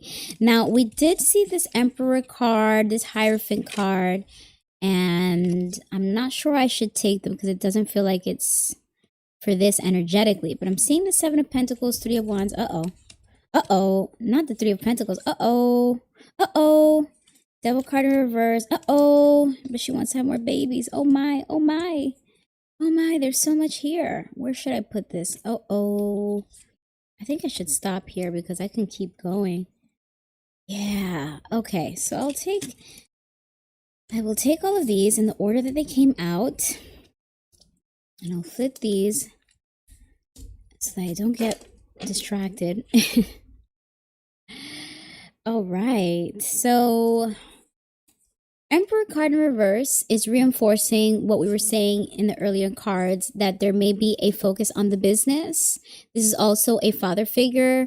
So perhaps Latto is relying on 21 to be the man of the household, to be the provider, to bring in the coins, to assist with maintaining this stability for her and for the family, so that she could actually, now I realize she recently said that she's retiring, maybe perhaps. So it seems like she's counting on 21 to be the provider so that she can take a break or permanently remove herself from the workforce and focus on family and enjoying the luxuries. But with all this overspending, it seems like eventually it may impact their pockets. For now, we can say that 21 Savage will take on that responsibility, since we're seeing the Emperor's card upright. So we can say that he will take on that mantle, so to speak, take on that role as the provider, the protector, the father figure that is assisting with this stability. Although the stability may not extend as far as being fully transparent and forthcoming with your partner in terms of what you do with the finances, or if there's extramarital affairs, which is unfortunately reinforced by some of the later cards that we see here. I thought I saw the, Three of Pentacles, but let me get to that. Actually, this is the order, right? So we see the Hierophant card upright, which indicates a sense of conformity. So this could be saying that Latto will go with the program in order to play her role. So whatever, what's this guy? 21 Savage, whatever her partner says goes, because he's going to be the man of the house. He's going to be the provider. So she's going to conform to his preferences, even if that includes extramarital affairs or some sort of shadiness or uncertainty with the finances. So she will be a role player. She will go along to get along, and she may even feel like this is her long-term partner, since the Hierophant can also sometimes indicate something about marriage and unions and that, what do you call it, social expectations, social structures that are expected of people in a relationship. So she may be playing the wifey role, doing her wifely duties, with the expectation that he will play his fatherly role and do his part to keep the whole household together. But unfortunately, there is something that might jeopardize that in the form of unknown information or secret. Then we have the Three of Wands, indicating that they're setting their eyes on growth and expansion, which was followed by the Empress card. So this could be saying that they may actually want to expand their family after enjoying their first beautiful baby girl together. Latto may be inspired to either have another, or this could indicate wanting to birth a project creatively, since this is about the abundance of, sorry, hold on, let me see, running out of space here. Let me move everything aside. Sorry, let me run that back. So it could be about wanting to expand their family, but it could also be about expanding through creative projects. So while Latto has already released her current project, her current album, and has announced a potential retirement, maybe this could be either 21 releases some other project, a new album, or expanding into different kinds of businesses. So this is about abundance and fruitfulness, fertility, growth. But then we're seeing some sort of challenges to that growth with the Seven of Pentacles in reverse. Some long-term vision is being challenged by the overgiving, overspending of one's time, efforts, or resources in the wrong thing. So if this is about the relationship, it could be saying that they will be challenged to make it long term. It may be a relationship that will not last long, or this could be saying something once again about the finances long term, maybe running out, maybe needing to be reworked in terms of whatever their business plans are. Maybe the finances being challenged because the creative projects are not attracting the sales that they expect or anticipate. So they need to take a step back, look at their plan, and reassess their expectations in terms of how much money they think they can continue to get from the music industry or whatever other businesses they engage in. So to conclude here, we see the Three of Pentacles in reverse, which is never a good card to see in a relationship, because this could indicate infidelity, like a third wheel, someone maybe having an affair, as we kept picking up on earlier on in this reading with the High Priestess card. There may be cheating, there may be infidelity, if not some sort of dishonesty with the finances, since we got a lot of pentacles in this reading.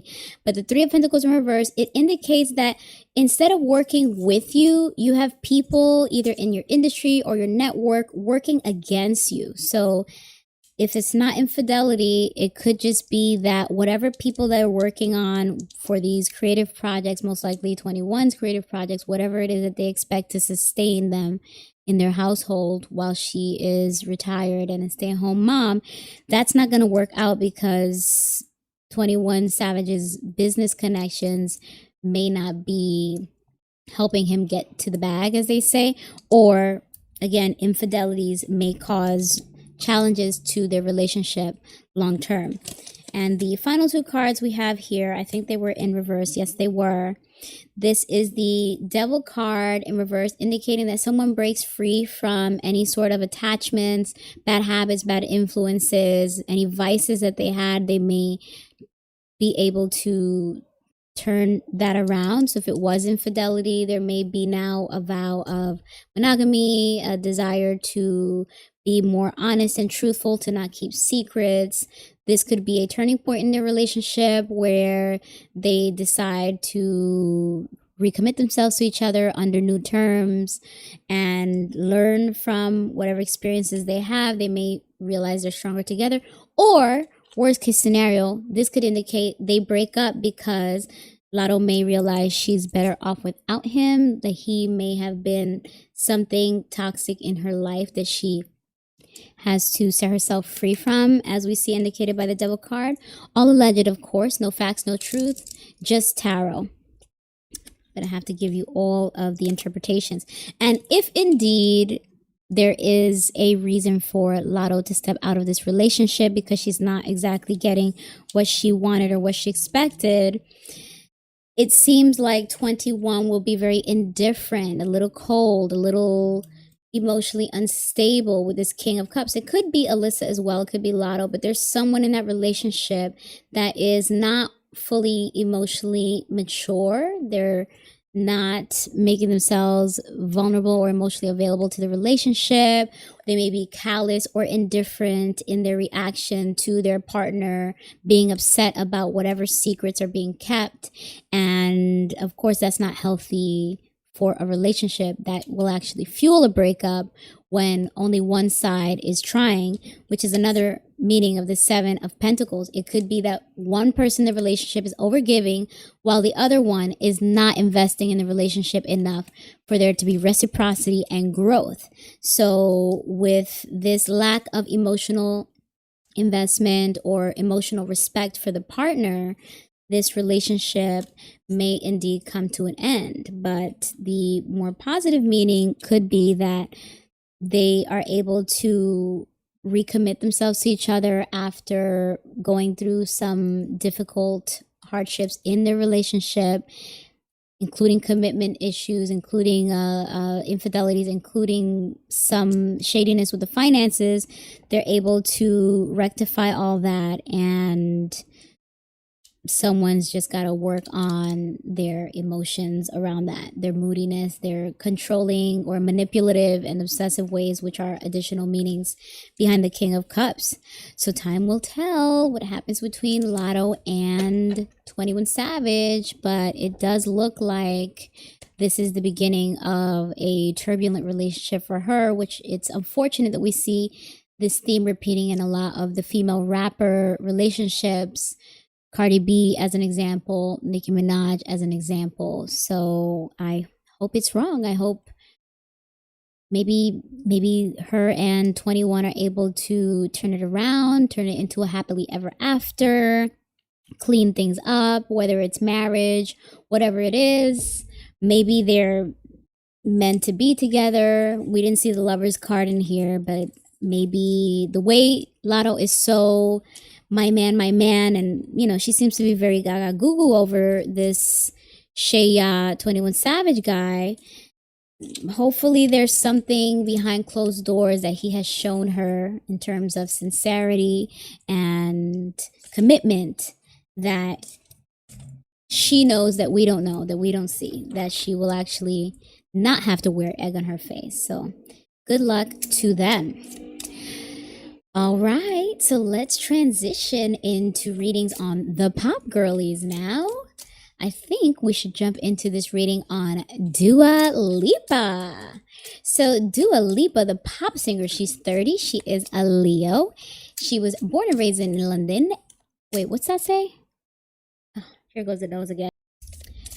I'll start that over. Hello, welcome. Thanks for joining. Yes, I am live. I am live. Sometimes people join the live thinking that it's just like I guess some people record their live streams and then re-upload it after editing or whatever it is, but I am live. No gimmicks here. Okay. Yes, let me restart this. Just checking in on the chat, making sure I'm still visible. Let me drop a little heart here and there. Oh, wait a minute. Uh-oh. How do I... oh, God. I'm back. Let me tap in with my people here. Okay. Am I still visible? I don't know why it's not. Thank you. Yes, indeed. Yes, indeed. All right. Looks like I'm good there. I'm refreshing. I'm making sure everything is visible. Looks like I'm good on that platform. Looks like I'm still live here as well. Okay, cool. Let me get started with this next batch of readings here. Give it a good riffle shuffle.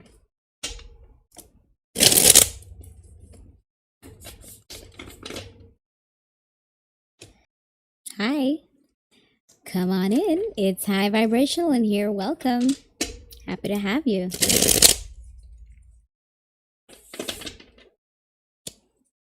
Thank you for the thumbs up. Thank you all for confirming that you can still see and hear.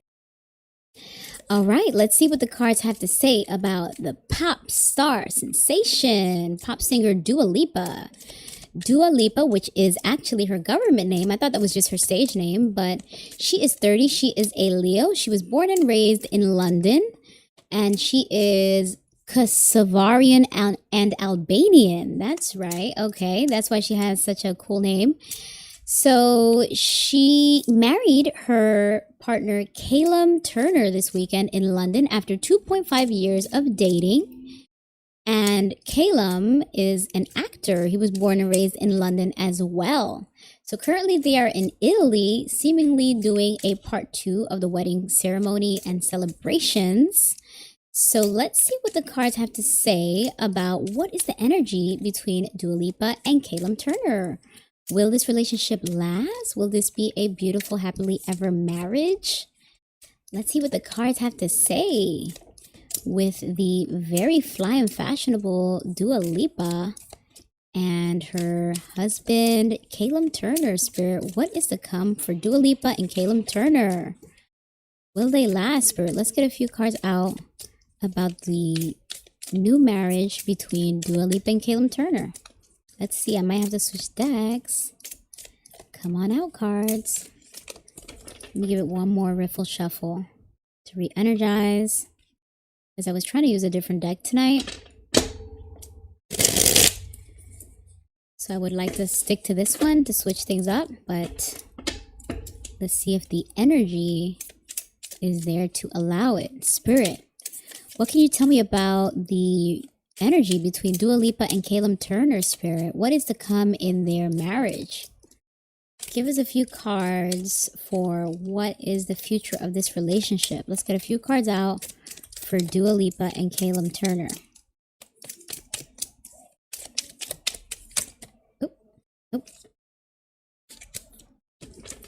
I'll do one more of these. Ah, my foot's falling asleep. Hold on. Oh, okay. Okay, there we go. Thank you. Geometric holographics tonight. Or metallic, I should say.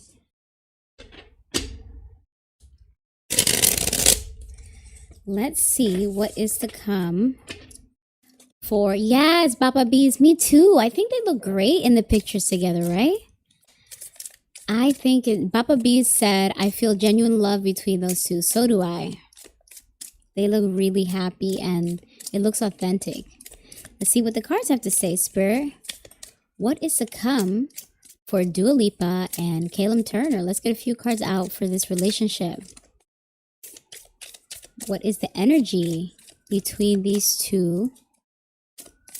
And what is the future of their marriage or relationship? Let's see. Uh-oh. I wonder if I should keep these. It might be too many.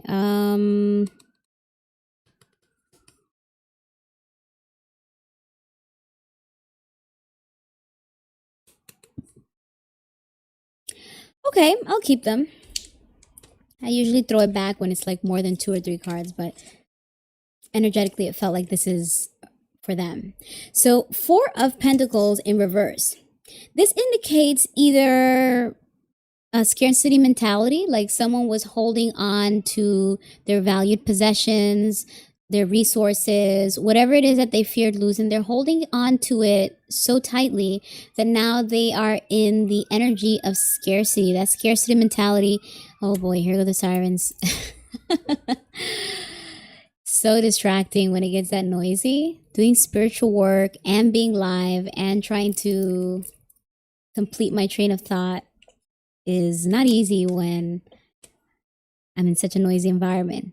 But as I was saying here with this 4 of Pentacles, this is indicating that someone that was very possessive of their things of value, so their resources, or in this case, a relationship, is perhaps causing more harm than helping.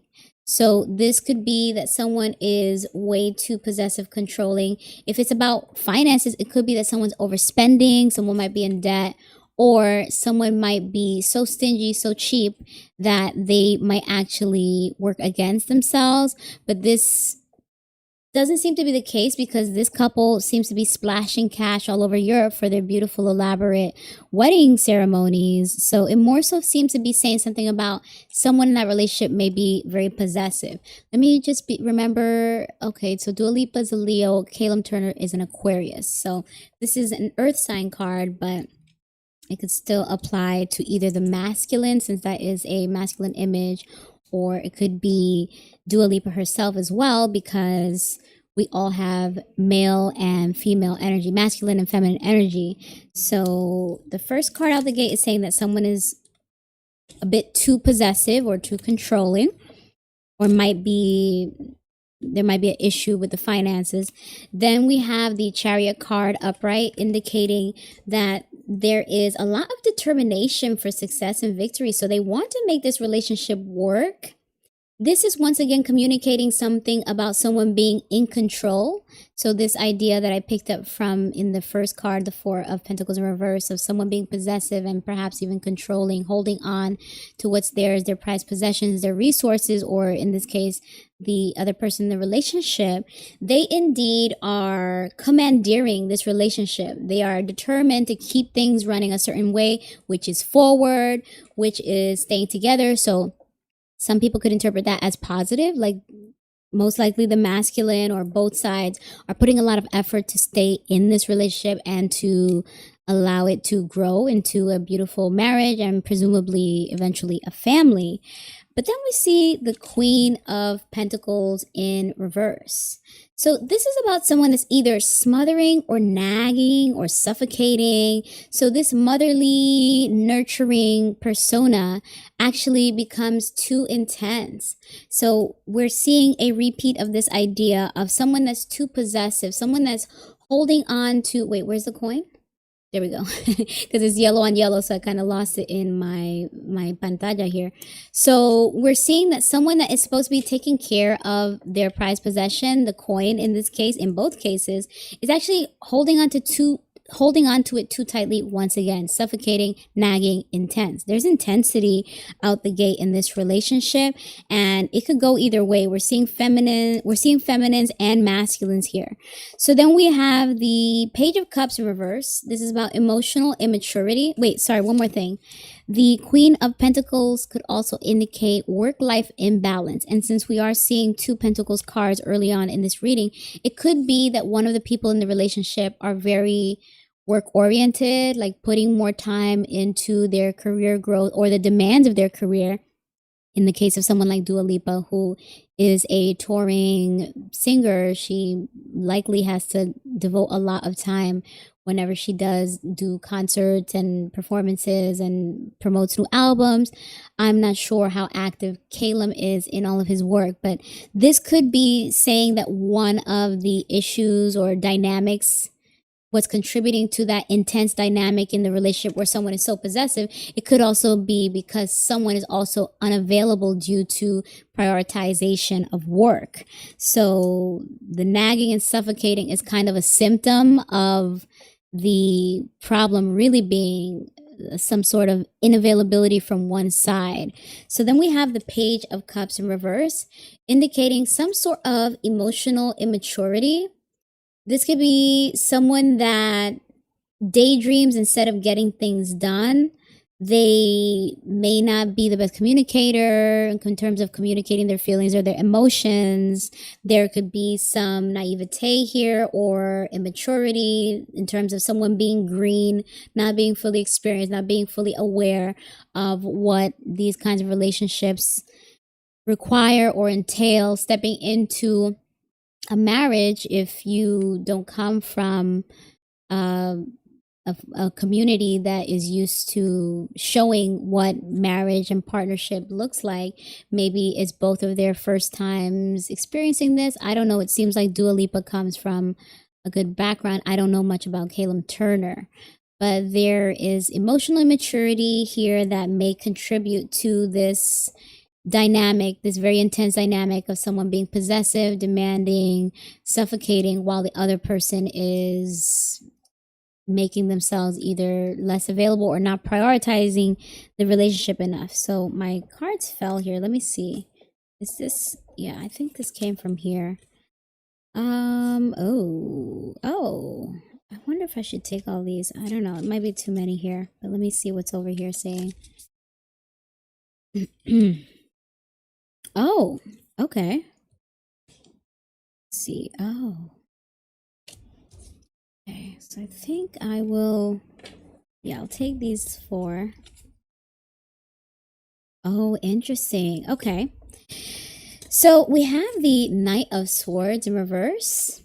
This indicates someone that may be a bit of a scattered, chaotic energy, someone that is maybe a fast talker, argumentative, conflictive.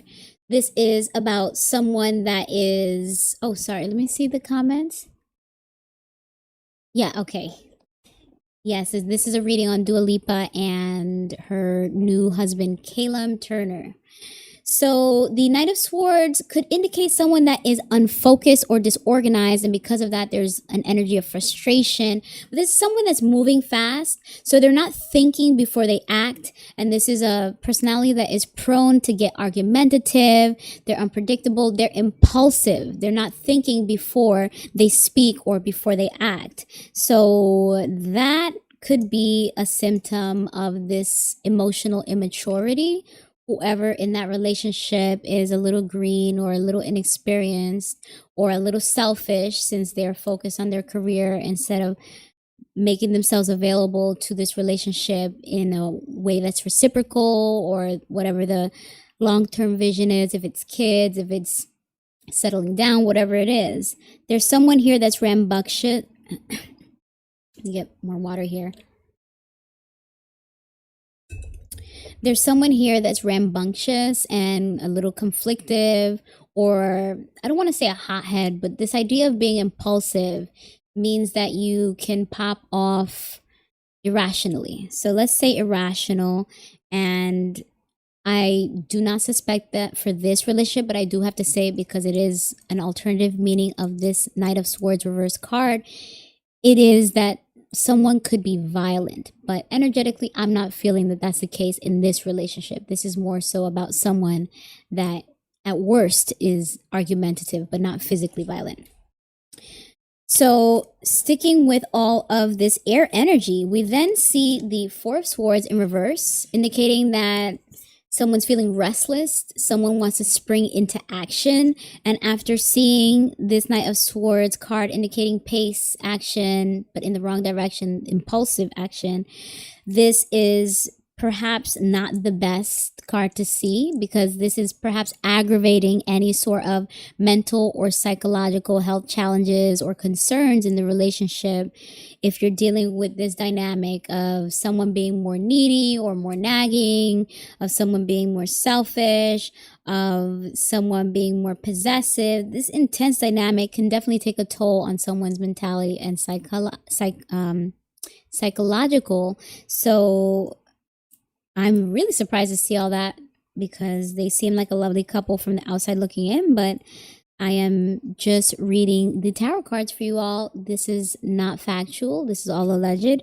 No facts, no truth, just tarot. So then we see the Five of Swords in reverse, indicating that despite all the arguments, someone wants to keep the peace at all costs. So while there may be a lot of energy put into being combative, which interestingly enough, the husband, Callum Turner, he is a air sign. He's an Aquarius. While there is a lot of energy coming perhaps from his part, since we saw a lot of masculines in the earlier cards, excuse me. Let me say that one more time. Since we saw a lot of masculine energy in the earlier cards, this may be coming from him, especially since we're in the Suit of Swords. It may be that Dua Lipa is the one that keeps the peace at all costs. Surprisingly, because she's a Leo. Those Leo women, those fire women are usually very no nonsense in terms of they're not going to take things lying down. They're going to fight back. So it seems like there is someone in the relationship, most likely Dua Lipa, that wants to keep the peace at all costs. And that dynamic, of course, long term is not the healthiest, but there is a weakness here. There is someone in the relationship, surprisingly, speaking of Leo. Hi, sweet butter baby. So nice to see you. Haven't seen you in a minute. Thank you for joining the live. So the Strength card in reverse came out for Dua Lipa, who is a Leo. This is a Leo card. And it seems like she's not a powerful Leo in this relationship. She's not in her energy. She actually is weak to him. I would assume that's what these two cards are saying. This is her energy and this is him. She is weak to him, and he's the guy that is more controlling and more possessive and more, let's do things my way. And if it's not my way, then now we got to argue. And so she kind of like takes things lying down to keep the peace, because she just wants to, I guess, she sees a future with him. She's very determined to take it to the end of times with him. And she sort of kind of wants to focus on being a maternal figure, like playing her role in the household, but she has commitments that might take her away in terms of her availability, which aggravates his need to be possessive and controlling, and the aftermath of that being the argumentative and the what seems to be a passiveness that we see from Dua Lipa. Very surprising. Not a typical Leo woman, let me tell you. So let's conclude this reading. Let me see if I don't know if these cards are applicable here. Oh, Oh no. Oh no. Ah, gosh. I think I want to pause it there because, yeah, let's see. I refuse. I am not pulling a tower into Dua Lipa's reading. No, I want them to last. Please let them last. Yeah, it's about business. All right. So we see the Nine of Cups upright. And this indicates that someone got what they wanted. This is actually a positive card. This is about a wish fulfilled. And since we're seeing this feminine, we can assume Dua Lipa got what she wanted. And that's actually the motivator for why she's willing to be passive, why she's willing to take it, lie it down, and why she has a weakness to this guy or to this situation, this relationship. She really wants it to go the distance. And then we see the Six of Swords in reverse. Not the best card to see. And I want to also highlight that we saw a lot of cards from the Suit of Swords in this reading, indicating a lot to do with the cerebral, the mentality, the speech, the communication, the strategy, the manipulation, or the way people think and speak. I think I'm repeating myself, so that's why I was tripping up on my words there. But the Six of Swords in reverse indicates that someone's having a hard time moving on from something that was perhaps toxic or destructive or argumentative. They're carrying these traumas, but instead of moving away from it, they're kind of staying in it, or they keep being pulled back into it. And since we saw this card indicating someone that's possessive in the beginning, it seems like the dynamic between Dua Lipa and her now husband is that she tries to do a lot to keep the peace or to remove herself from any chaos and argumentativeness, and he kind of pulls her into it, unfortunately. Very surprising. Very surprising. Then we see Judgment card in reverse. This is a lack of... Oh my gosh. Okay, wow. Let me try that again. So then we see the Judgment card in reverse. And this is about a lack of self-awareness. This is about someone that actually needs to self-reflect and do better to be better. In order for you to level up, in order for you to be a better person, especially within this relationship, you need to take inventory of who you are, how you're treating your partner, who are you keeping around you, your network, so on and so forth. So this is communicating a lack of self-awareness and self-reflection. Sorry, I just got really distracted from all that noise. I'm trying to get back my train of thought and remember what I was trying to say about these last few cards. But we are unfortunately seeing a lot of one-sidedness in this relationship thus far based off of these cards, in terms of the masculine in this relationship, which would be Callum Turner, is refusing to take a look at himself of how he can contribute better to the relationship. He's actually making it harder. And there was an idiom I was about to release here, but I'm getting so distracted. I hope you guys don't hear all the noise that I'm hearing. It's really disturbing. Let me make sure I'm decent. I don't want to reveal too much. Okay. Gosh, I just had something really good that I was going to say here. Give me a second. Let me just think. Let me take a page out of Kanye West's book and think about what I'm going to say. Judgment of Swords, the trauma, one-sided. Yeah, I lost it. I'll come back around to that if I get it again. So there is someone in this relationship, presumably the masculine, Callum Turner, who, that's what I was going to say. He's above reproach. He thinks he's above reproach, that he should be the one calling all the shots, wearing the pants in the relationship, having his way, controlling everything. And he doesn't take accountability. He does not reflect upon himself to see what could he do better? How can he kind of reduce conflict from his part of things? It's more so just expecting Dua Lipa to take the brunt of whatever conflicts and deal with it, bear it, suppress your true emotions. You're the one that shouldn't be combative if I'm raising points. That's unfortunately the energy that we're getting here. A lot more toxic than I expected, let me tell you.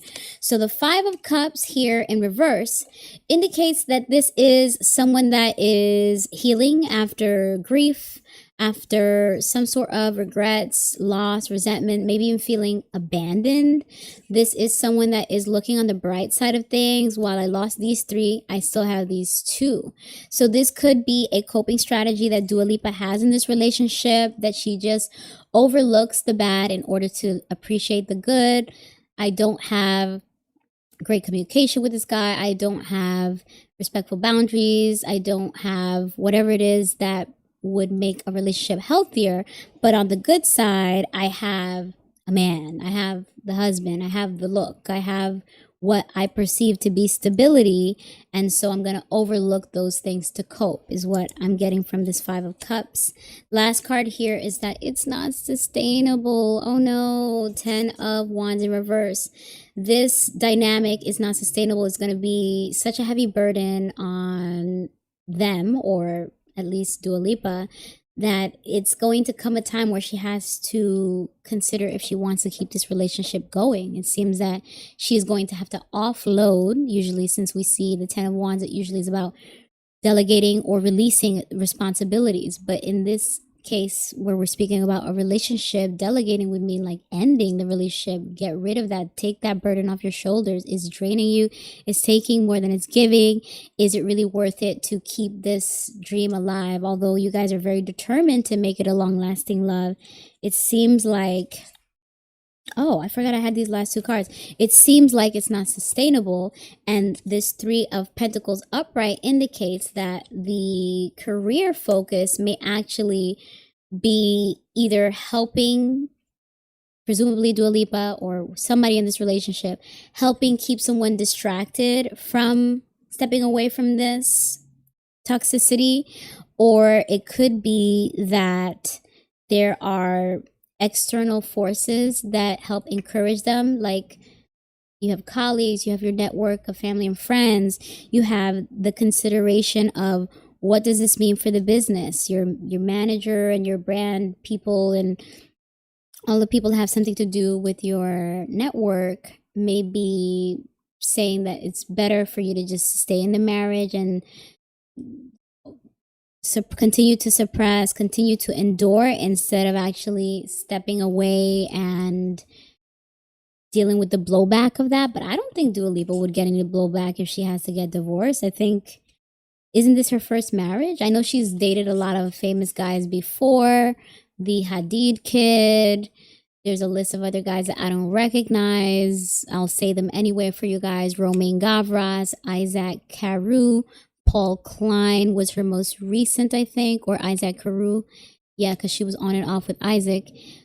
Apparently, they believe that she was also briefly linked to Trevor Noah and Jack Harlow. Those are more recognizable names to me. Trevor Noah, I think he was like a talk show host or a comedy host at some point. And Jack Harlow was, I believe, a musician, a rapper, something like that. So maybe because Dua Lipa has a history of these public relationships, she really wants this one to work. This idea of being really determined to make this one work, stay in it, even if it is unsustainable, and even if she has to compromise and sacrifice a lot of her nervous system and, you know, endure and tolerate so much, and she has to be weak to this guy or to the situation. She has to soften herself and not fight back in order to keep it going. Seems like she's willing to do it because it has some sort of tie or connection to her career ambitions or to the people that are around her that may be telling her to stay in it. One alternative meaning here, when we do see a three, like a Three of Pentacles or a Three of Cups in a relationship, it could be infidelity, but I don't want to, it seems like that comes out in all the relationship readings, so I don't want to, you know, make it seem like everybody all over the world all the time, no matter what, is always cheating. It's unfortunate that it does seem to be common, though, that infidelity is usually a symptom of the lack of communication, which we did see in these cards, and also a selfish partner, someone that, you know, kind of is not careful with how the other partner feels or in what they're enduring. And you know, there are elements of that here potentially down the line, some infidelity. But for now, it doesn't seem to be the case. It's more so about the outside influences and the career, the brand images and the, what am I saying? and the career things at play, at risk, such as brand recognition, da da da. So let me move on to this next and last card, the Two of Wands in reverse. So this indicates that things will not go as far as they would like. This is about someone having everything they need to execute their plans, and something about their plan unfortunately does not work out as planned. So since we did see this Ten of Wands in reverse, this idea that it's not sustainable, seems like there's going to come a turning point in this relationship where whoever was the one that was overgiving and allowing their boundaries to be overstepped in order to grin and bear it or endure this relationship, it's going to come a time where presumably Dua Lipa is going to have to decide if it's worth it to keep this relationship going, because I am very surprised at what we've seen in these cards. You got what you wanted in terms of the look, but is it really good for you in terms of emotional fulfillment? We didn't see anything in this reading about love. We saw so much about finances, thought, speech. So you get this energy of like strategy, planning, putting up a certain look or a front because of the business and financial motives. But I hope I'm wrong. I hope that the energy that we pick up from the pictures of their beautiful wedding celebrations is actually what it really is. They look like a beautiful, happy, loving couple, and time will tell. If there's any developments, I of course will pull some new cards for them. But just a reminder that these cards are for entertainment purposes only. No facts, no truth, just tarot. I do hope that you end up happy, Dua Lipa. I hope you get everything that you wished for. She seems like a nice person. All right, let's move on to a reading on... Wait a second, let me check with the chat. Oh, Sweet Butter Baby wants to know if Tom Cruise will win an Oscar next year. She said, kind of random. I will, of course, be doing some Oscar readings closer to those, what do you call it, award shows. I will do those readings closer to the award shows when the energy is palpable and there's more for me to pick up from. So I will look into that for you later, Sweet Butter Baby. Thank you for the request. Let me see if I missed any other messages. Boopa Bees said Dua may be submissive now, but she will return to her element, which is assertive. Yes, that chariot card that we saw up here could have also been saying something about her eventually becoming assertive. I hope that's the case. I hope that this is actually a well-balanced relationship where they actually are able to like re-energize each other, play off of each other, and more importantly, respect each other, not what we were seeing in the cards. But time will tell. Time will tell. All right. So let's switch into Pentacles cards are really trying to jump out of my deck. Hold on, let me... Okay, great. Yeah.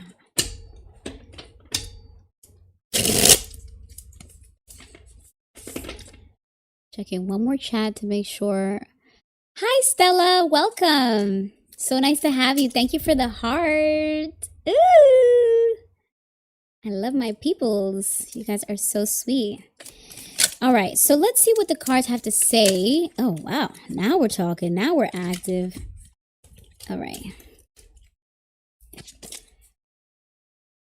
Let me get my notes up. I'm centered. Am I decent? Okay, okay.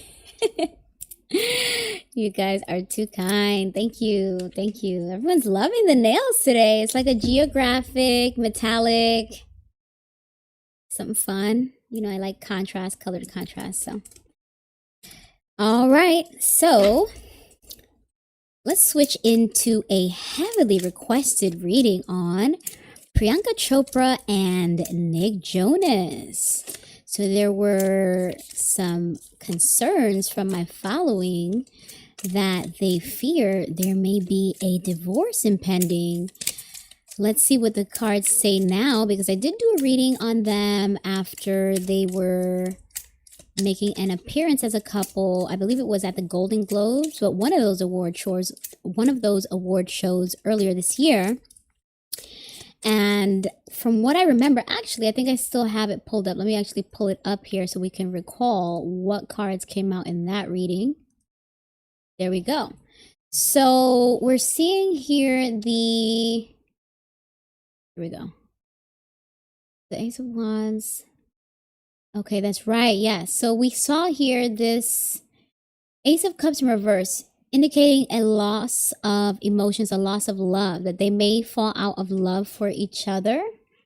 And there were also indications here of keeping up appearances with this Nine of Pentacles in reverse.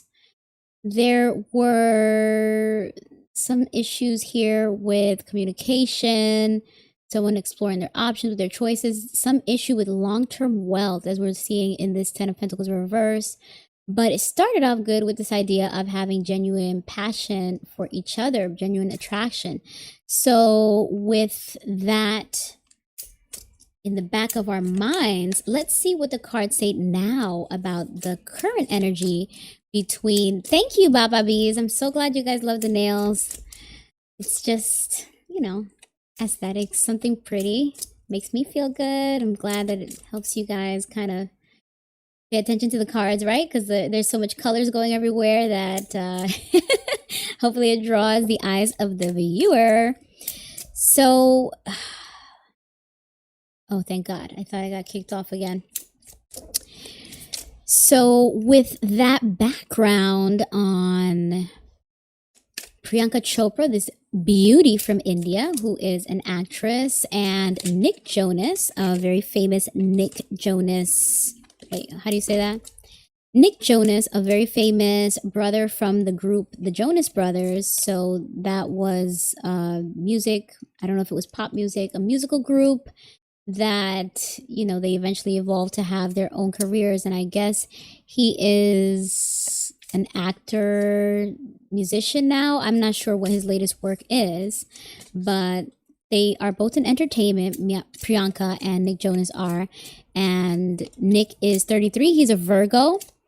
Priyanka Chopra is 43. She's a Cancer. So there is a 10-year age difference. They do share a beautiful daughter, Marie. And thank you, F. Toby. Thank you for clarifying. So now he is, F. Toby says Nick Jonas currently, he is more of an actor. I didn't know what he was focusing on these days. So more of an actor, but he did have a background in singing with his brothers. And now he's married to the beautiful Priyanka Chopra, with whom he shares a beautiful daughter. So let's see, what is the current energy between Priyanka Chopra and Nick Jonas, Spirit? Will they last?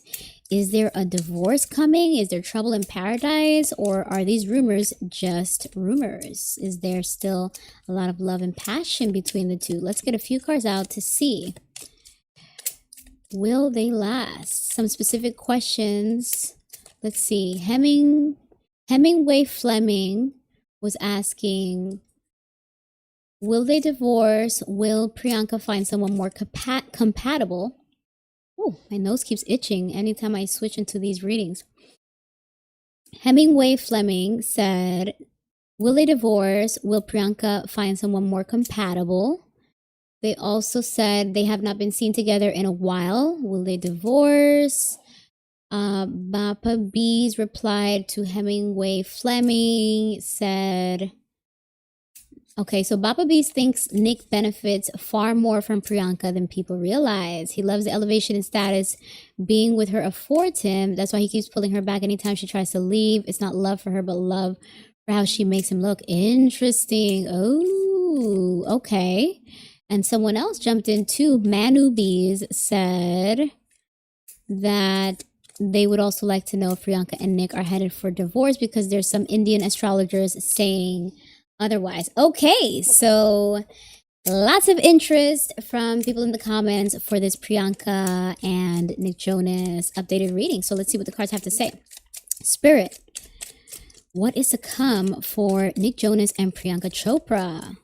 Will their marriage last, or is there a divorce in the future, Spirit? Let's get a few cards out to see what is the current energy and what is to come for this marriage, Spirit. Oh, okay. What is to come for Priyanka Chopra and Nick Jonas, Spirit? Let's get a few cards out. Oh no. This has been, unfortunately, a repeating card from many of the relationship readings tonight. The 10 of Wands in reverse, indicating heavy burdens that are not sustainable, indicating someone may have to offload those burdens. In this case, it would be a breakup, releasing yourself of the stress of a relationship that is no longer working out for you. It is burdening you instead of helping you. Then we have the Page of Swords. I think this is a repeat card from that other reading I did on Priyanka and Nick as well, indicating that someone is struggling with their communication. So there could be some sort of immaturity here where someone might be argumentative, doesn't say the right things, they don't say what they mean, they don't express it. Or bigger picture, this could be saying that while there may be a breakup or a separation, they don't want other people to know. They don't want it to get out. They don't want it to be announced. But on an individual level, this is about people that are being defensive or deceptive, not allowing the truth to be expressed or to be known. Then we have, the Two of Cups, but they still have love for each other. They still have a spark. Oh, there's still some sort of mutually beneficial arrangement here where they do see benefits in each other. So while there may be some stress and strain, and they don't want that information to get out, they do still like each other, if we were to interpret this in the literal emotional sense. But this can also indicate like a business agreement, a proposal, a deal that someone has made because they see that they can both benefit. So they agree to keep things going even if there are stressors and strains. So I hope that it is indeed the more positive interpretation of it being anchored by love and this spark, this genuine interest between the two of them to want to keep things going despite any challenges they may face. Oh no, Queen of Swords in reverse. So likely Priyanka is the one that feels a bit cruel, cold-hearted, bitter. This is about someone that's dismissive, overbearing. This could be someone that's very critical. That's what's jumping out to me. Let me see, what is Priyanka's sign again? Priyanka is a Cancer, so she's a water sign. Nick Jonas is an earth sign. He's a Virgo. So it seems like Priyanka's kind of annoyed with him. Like, she's kind of like, you're already at your 3 strikes and I want you out of here, but I'm really like, I see her like speaking through her teeth to him, like, oh God, like you're hanging by a thread. Like, you're one more thing and you're gonna get it. You're pissing me off is kind of what I'm getting from that Queen of Swords in reverse. Hold on, let me just adjust. My leg is falling asleep again. Okay, let me adjust. So, of course, I was giving, dramatics and, a more visual interpretation of that card, but this could just indicate some underlying tension from Priyanka towards Nick. There's something that she's like annoyed with him about or at her wit's end about, and that's the thing causing this strain, but they don't want it to get out there, or maybe they're not good at communicating it to each other.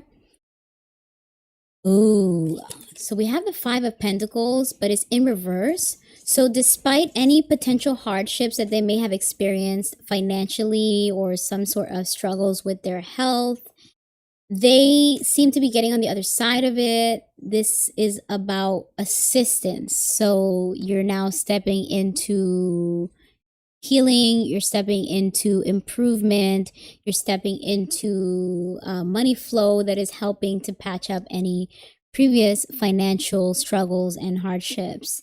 But in this relationship, it is usually interpreted visually for any relationship reading, I should say, where it's like you feel that you're on your own, you're left out in the cold. And so now there is warmth, now there is a desire to try to make it work. There's more communication and cooperation. So this seems to be expressing like a cycle that they go through where she gets annoyed with him because of his lack of communication. She's at her wit's end. It's causing strain, but they remember that they do genuinely love each other, or at the very least, they see benefits in staying with each other. And so they manage to get on the other side of that and warm up to each other after feeling cold and edgy. There is wait, I'm frozen on one of the platforms. Hold on, guys. Let me see what's going on. They just can't do it. We're done with Lotto reading. Oh, Stella, I just saw your message. I'm a bit late, but I'm going to respond to you right after I'm done with this reading. I'm sorry, I didn't see that earlier. The comment about Andriva. Okay, hold on. Let me make sure I'm still on live everywhere. Yes, I am. All right, so I'm back. So to get back on my train of thought, I guess I should keep that chat open. Stella, if you're still with me, I just saw your messages and I'll respond right after this. Sorry, I missed it. I was like deep in the Lotto reading. Okay, so back to this reading on Priyanka Chopra and Nick. Oh, I'm getting some comments here. Hold on. Let's scroll up and see what I missed. Okay. Papa B says he sings a lot with his brothers and he sings solo too. And then Papa B said there's rumors of him cheating. Okay, so Papa B's said there's rumors of Nick Jonas cheating. Other readers have been pulling that. I guess that's why she's mad. Because this could indicate dishonesty. So that's definitely something to be upset about. Then we see they were both Bapa B's. Let me let the noise pass. Okay. Bapa B said they were both busy and were apart for almost a month. She was shooting in India for a movie, but they just reunited. Okay. So that's probably also some of what we're seeing in the cards in terms of this cycle of being at your wit's end, things getting tense, but then they're able to resolve whatever and warm up to each other again. And yes, thank you, Javi. Yeah, I missed that message earlier from Stella. I wish I saw it sooner.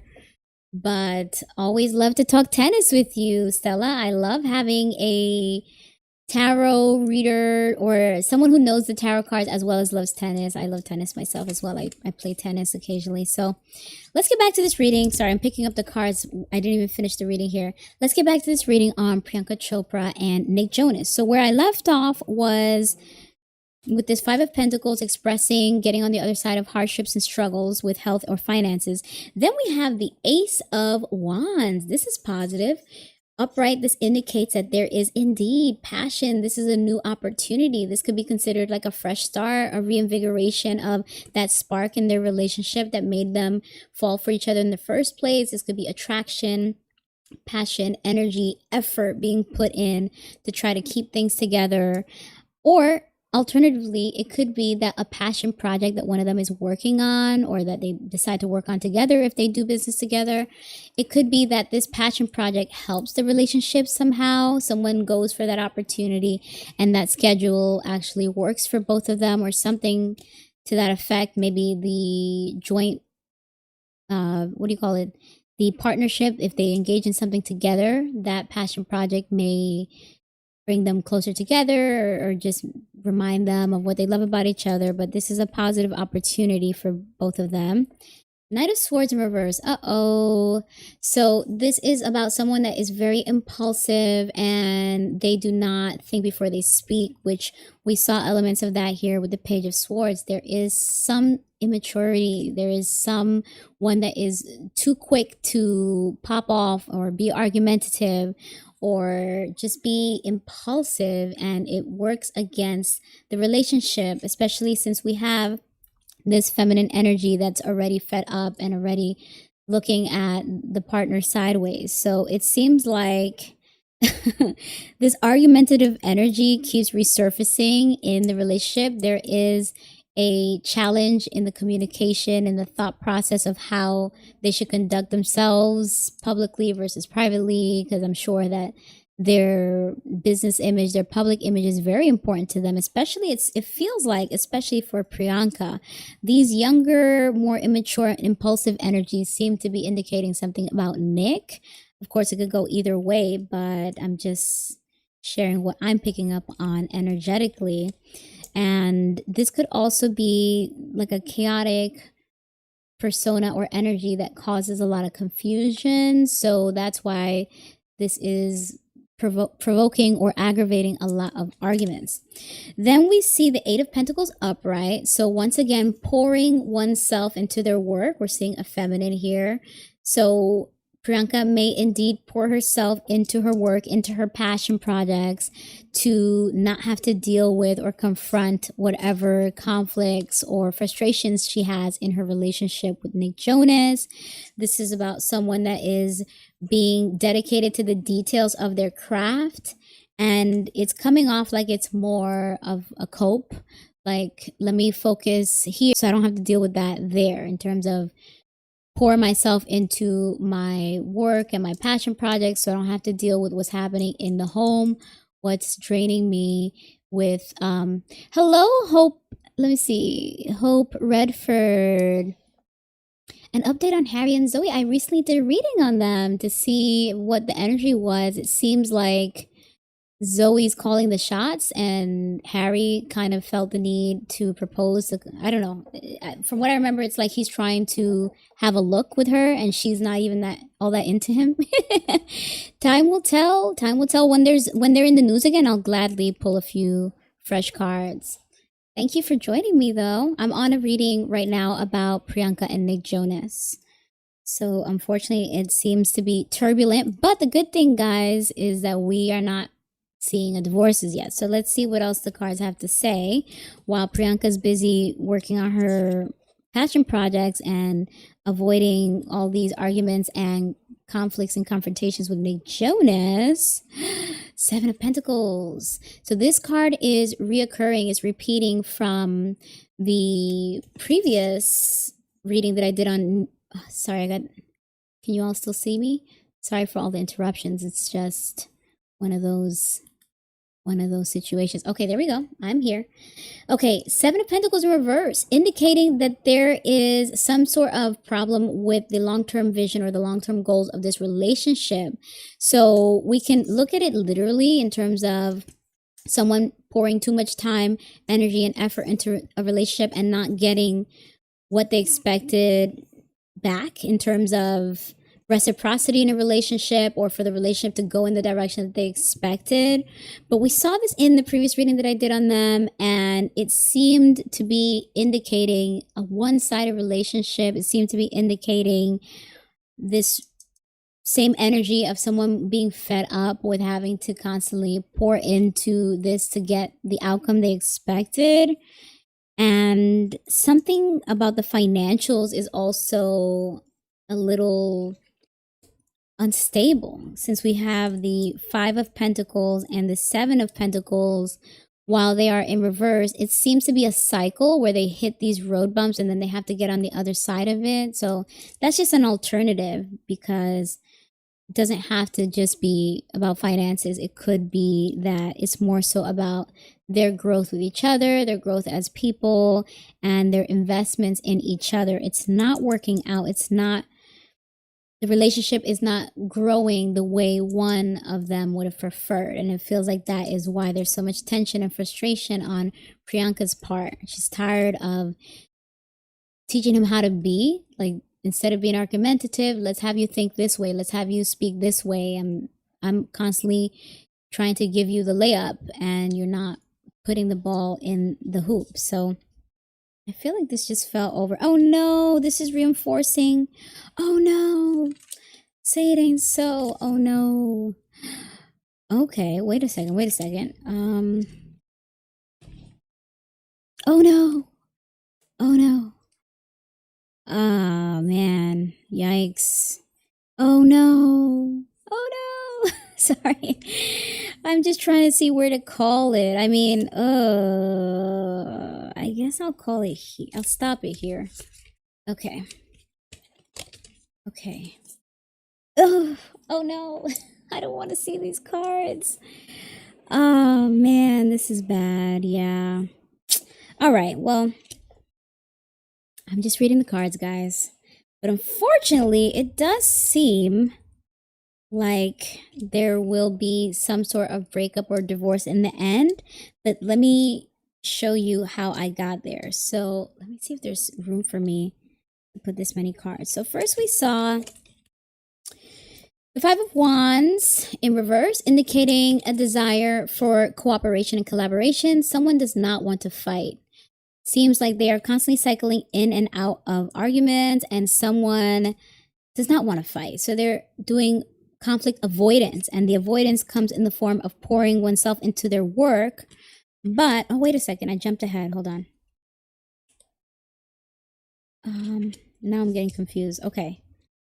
Let me pick it up from where I left off. So I left off with the Seven of Pentacles. So I was just saying that this card came up in the previous reading where it indicated that things were one-sided. One side was overgiving. The other person was not investing in the relationship enough for it to go where they would like. And that was repeated with the Six of Pentacles in reverse, indicating that indeed there is someone that is overgiving. Literally. Someone that is in a place of abundance is giving to those in need, but to the point that it is now draining them. It is now harming them. It could be energetically. It could be in terms of love and patience. It could be financially, since we did see finances pop up several times in this reading, as well as in my previous reading. So it could be that Priyanka covers for Nick to maintain this image as the man of the household, as a provider, as them having a happy marriage and family. But it seems like she is overextending herself and draining herself in the process, which is why she's so annoyed and edgy. And in the long term, it will not succeed in terms of the marriage and the image that they're trying to maintain. It is not sustainable, repeating this message that we got from the first card, the Ten of Wands in reverse. So this is about someone's ego and self-confidence taking a hit. And this is about a lack of public recognition. This is a fall from grace. So as I was saying, it seems like Priyanka is covering for Nick so that he does not experience this fall from grace in the public eye, since they want to keep everything so secret and they don't want it to get into the public. They're trying to make their marriage work. She doesn't want people to look at Nick like, oh, you're not the guy that we thought you were in that relationship. But also something about the finances. So she may even cover for him financially, and he is benefiting from that look of like, I'm the man of the household, I'm the provider. Maybe he is not, but that's just an alternative. I'm going to just leave that right there. Public recognition, not getting credit for what you're doing for him is another thing this card could be saying.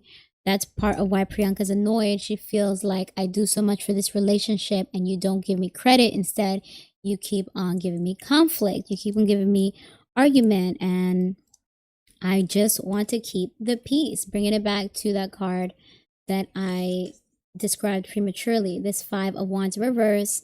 She just wants peace, collaboration, cooperation. Let's work together. Let's have the partnership, the relationship that we intended to have from the beginning. But let's see now.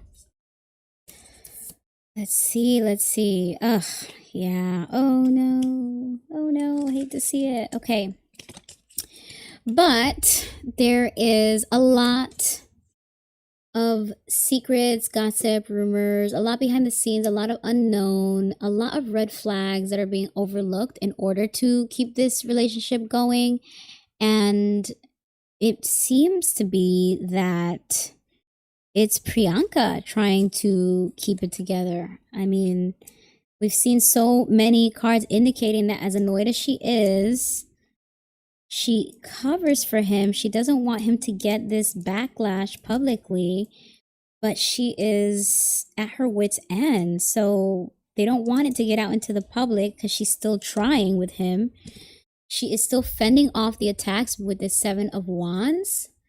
She sees all the conflicts in the relationship, but she's overlooking the red flag. She is trying her best to make it work. She's holding on to whatever spark, whatever benefits she sees in keeping that relationship. But it seems also like Nick may be the one that sees the benefits in the relationship. So for whatever reason, Priyanka is tolerating him. She's dealing with him. She is grinning and bearing it as well, while behind the scenes there is conflict and there is a alternative way that she's living in order to deal with him, which is pouring herself into her work. Yikes. Okay. So we see the Four of Wands here in reverse, indicating disagreements and arguments in a household. But when we see this card that usually indicates celebrations such as marriages and the stable household, it could indicate a separation.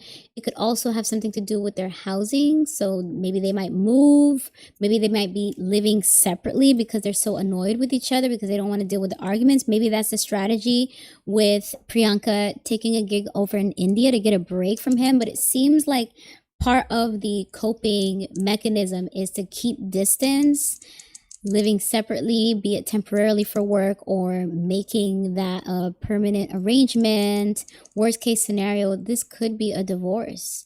This could be a separation instead of a celebration of a marriage. This is a destabilization of a marriage.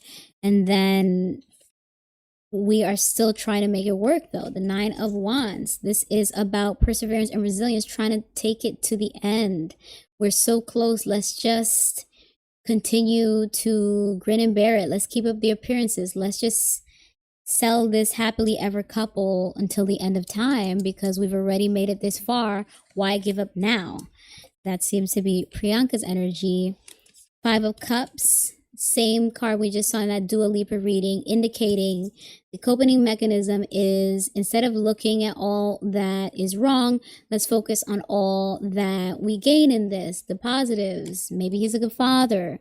Maybe because of her culture, it's important for her to keep the image of being a married woman. I'm not aware of what it's like in India, but just from a distance, it seems like family structure is very important out there. So maybe that's something important for her to uphold for her career, for her image, or for her culture. And the coping is being repeated so many times in this relationship that I understand why we started off with the 10 of Wands. It's not sustainable. It's not healthy to continue to be in a relationship that you're just tolerating, that you're hanging by threads, that someone's tap dancing on your nerves is what I keep seeing here in these cards. And there's a lot of energy. There's a lot of ego. There's a lot of passion, because we see so many cards from the Suit of Wands. Let's see, 1, 2, 3, 4, 5, 6, 7. 7 cards from the Suit of Wands and one more to come. But it's definitely a very tense dynamic between the two. Very surprised to see all this. And there could even be some sort of sadness or depression. This is about someone who is unhappy. Bringing it back to being unsustainable. You're unhappy, but you're trying to cope by looking at the good and ignoring the bad, ignoring the red flags. Let's see. Also, alternative meaning of this card. The sun being in reverse, meaning the darkness. You're not illuminating the things that are truthful. You're keeping the truth in the dark. You don't want to speak about it. You don't want it to get out into the public. So you are moving shady. You're keeping it in the shade is an alternative meaning of the sun card. So then we have, yeah, this is not great. Okay, so King of Wands upright. This is let me just let all the noise pass. Sorry, guys. All right. King of Wands. This is a very fiery, passionate, driven, determined, courageous leader. This is someone that's calling the shots. This is someone that's bossy and someone that wants to have it their way, someone that is leading the family. You would assume it's a masculine, so you would assume it's Nick Jonas.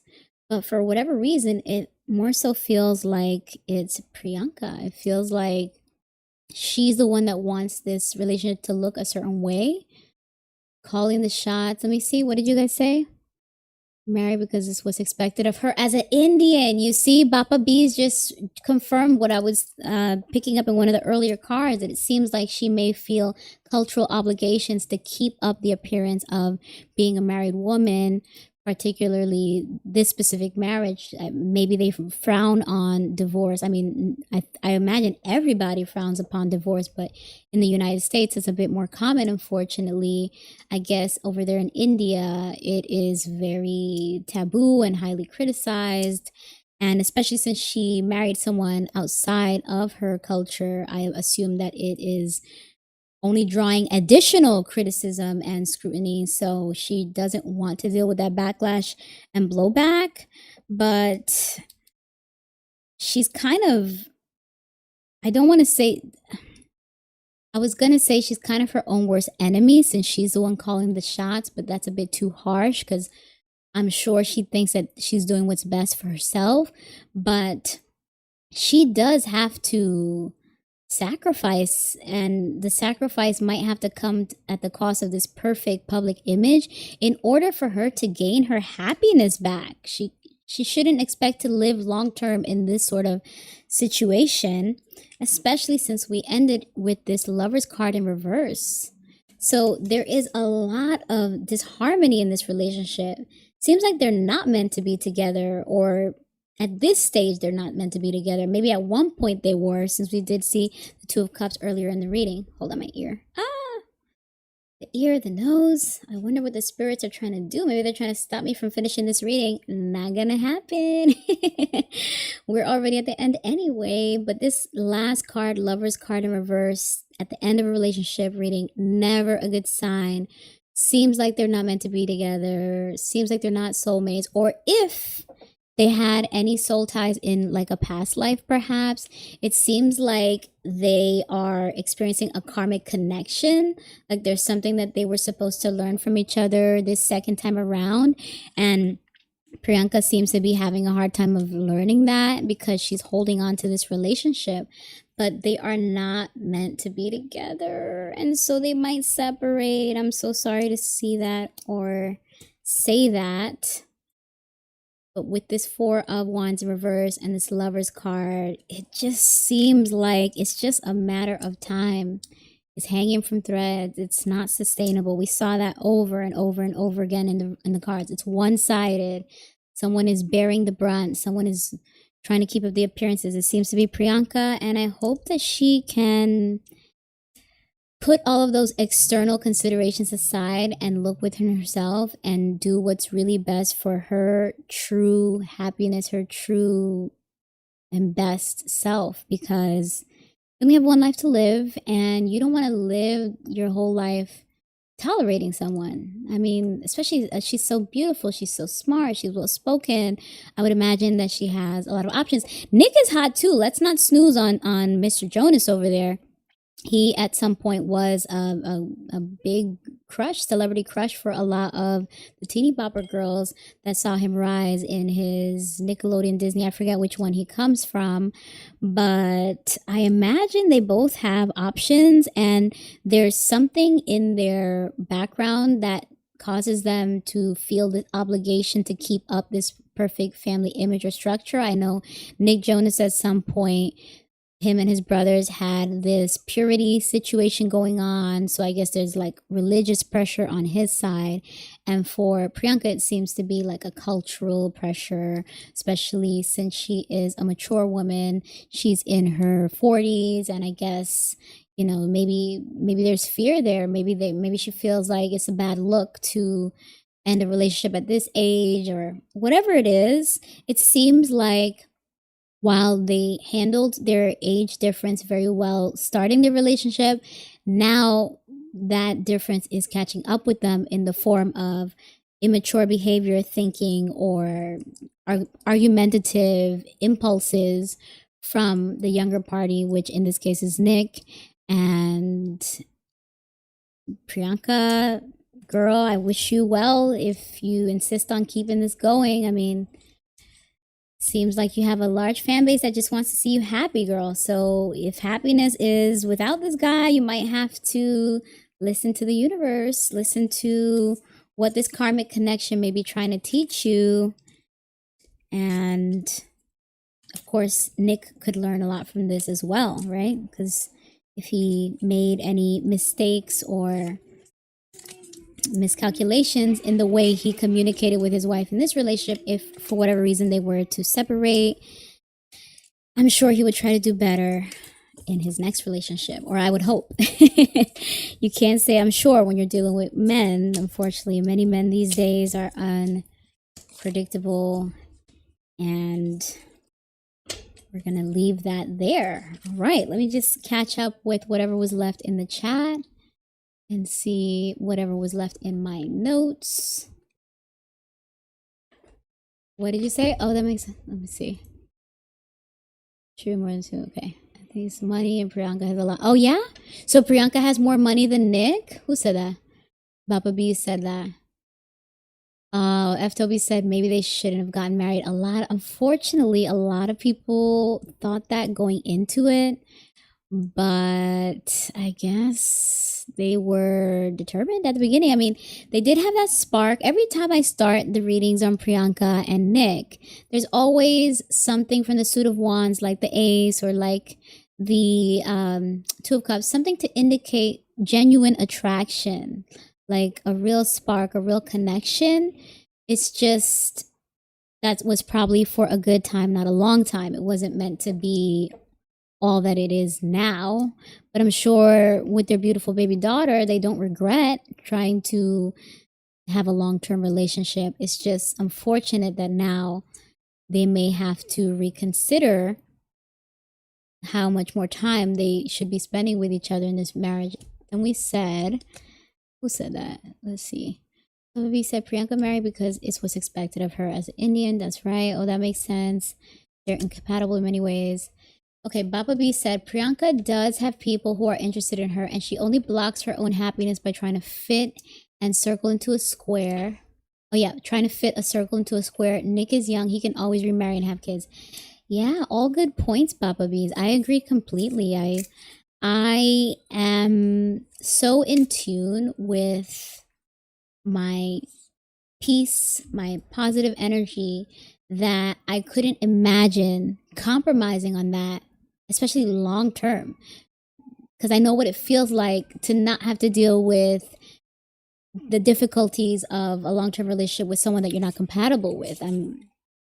I just, put myself in Priyanka's shoes as a female and as someone who loves love, and I totally love family, marriage, stability, monogamy, and I know that women and even men can put a lot of sacrifices in order to make that happen. But unfortunately, if you're not dealing with a partner that is meeting you halfway, as they say, it's not worth it. At least not to me. I definitely wouldn't. I would not tolerate a situation like that, at least not long term. But hey, Priyanka is moving different. I hope that she finds the strength to do what is truly best for her and her beautiful baby girl. And Nick's gonna be all right. Nick's gonna be all right, as these guys always are, as the great point that Baba B's made. Oh, wait, there's a request here. F. Toby said, I wanted to ask, could you read up on Lori Harvey and Michael B. Jordan? Oh, are they back together? I thought she was, what's the question, F. Toby? Sure, I can pull a few cards, but give me a specific question.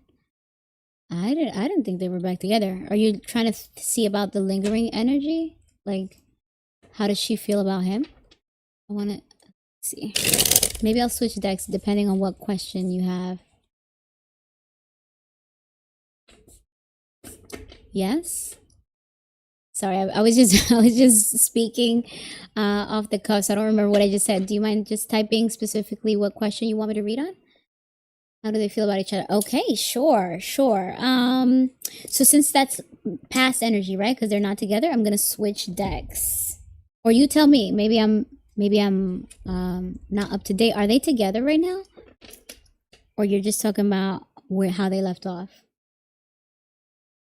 How do they feel about each other? Yeah, you're probably talking about the past, because I feel like that would have made headlines if they were back together. Okay, they're not together. Okay, cool. So yeah, let me try this deck to see. Immediately, wait, I'm just laughing because immediately I saw Jezebel. But let me give this a good shuffle and see what the cards have to say about what the energy was between Lori Harvey and Michael B. Jordan. Spirit, let's get a few cards out to see. I guess first we should see, how does Lori Harvey feel? Oh, you think they're working together? Oh, I'm just getting the sense they're working together. Interesting.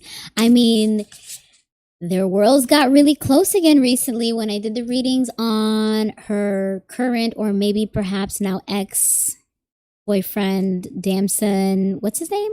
Is it Damson Idris? I confused him with the Idris Elba because they're both from the UK with the Nigerian or African roots. Is it Damson Idris? Well, anyway, the guy that Lori Harvey started dating after Michael B. Jordan, he was up in the conversations to be considered to be replaced in the Black Panther movie. And that's a little spicy because Michael B. Jordan, her ex, was one of the stars in that movie. And the actual star, may he rest in peace, I forget his name right now, but the one that played the Black Panther, he passed away from some form of cancer, may he rest in peace. And so to replace that character of a very successful franchise, and for that replacement to have to deal with the other star being Michael B. Jordan, then it's like, oh man, both of us smashed the same girl. Like, that's our ex. Oh no, she left me and she ended up with you. I'm salty. No. I'm kidding. I doubt that Michael B. Jordan's salty because he kind of came out on top with his recent Oscar win and all the success he got from his latest projects. He didn't end up with the love, but he's ending up with the career success, and maybe the love will come for him later. So it would be very interesting if now somehow Lori is working with MBJ. She sure is recycling the block. I mean, they say, what do they call it? They call it circling the block when you go back to your past flames, like an ex. But at this point, she's recycling the block, because if you going back, you went back to Damson Idris. Seems like that may have fizzled out because we saw him like a little like bachelor energy around the, what's it called, Coachella. And so now you're going back to Michael B. Jordan. I hope she doesn't go back to Future. I hope she doesn't go back to Diddy or whatever she was doing over there. Diddy or the Diddy's son. That was also a lot to see, to witness.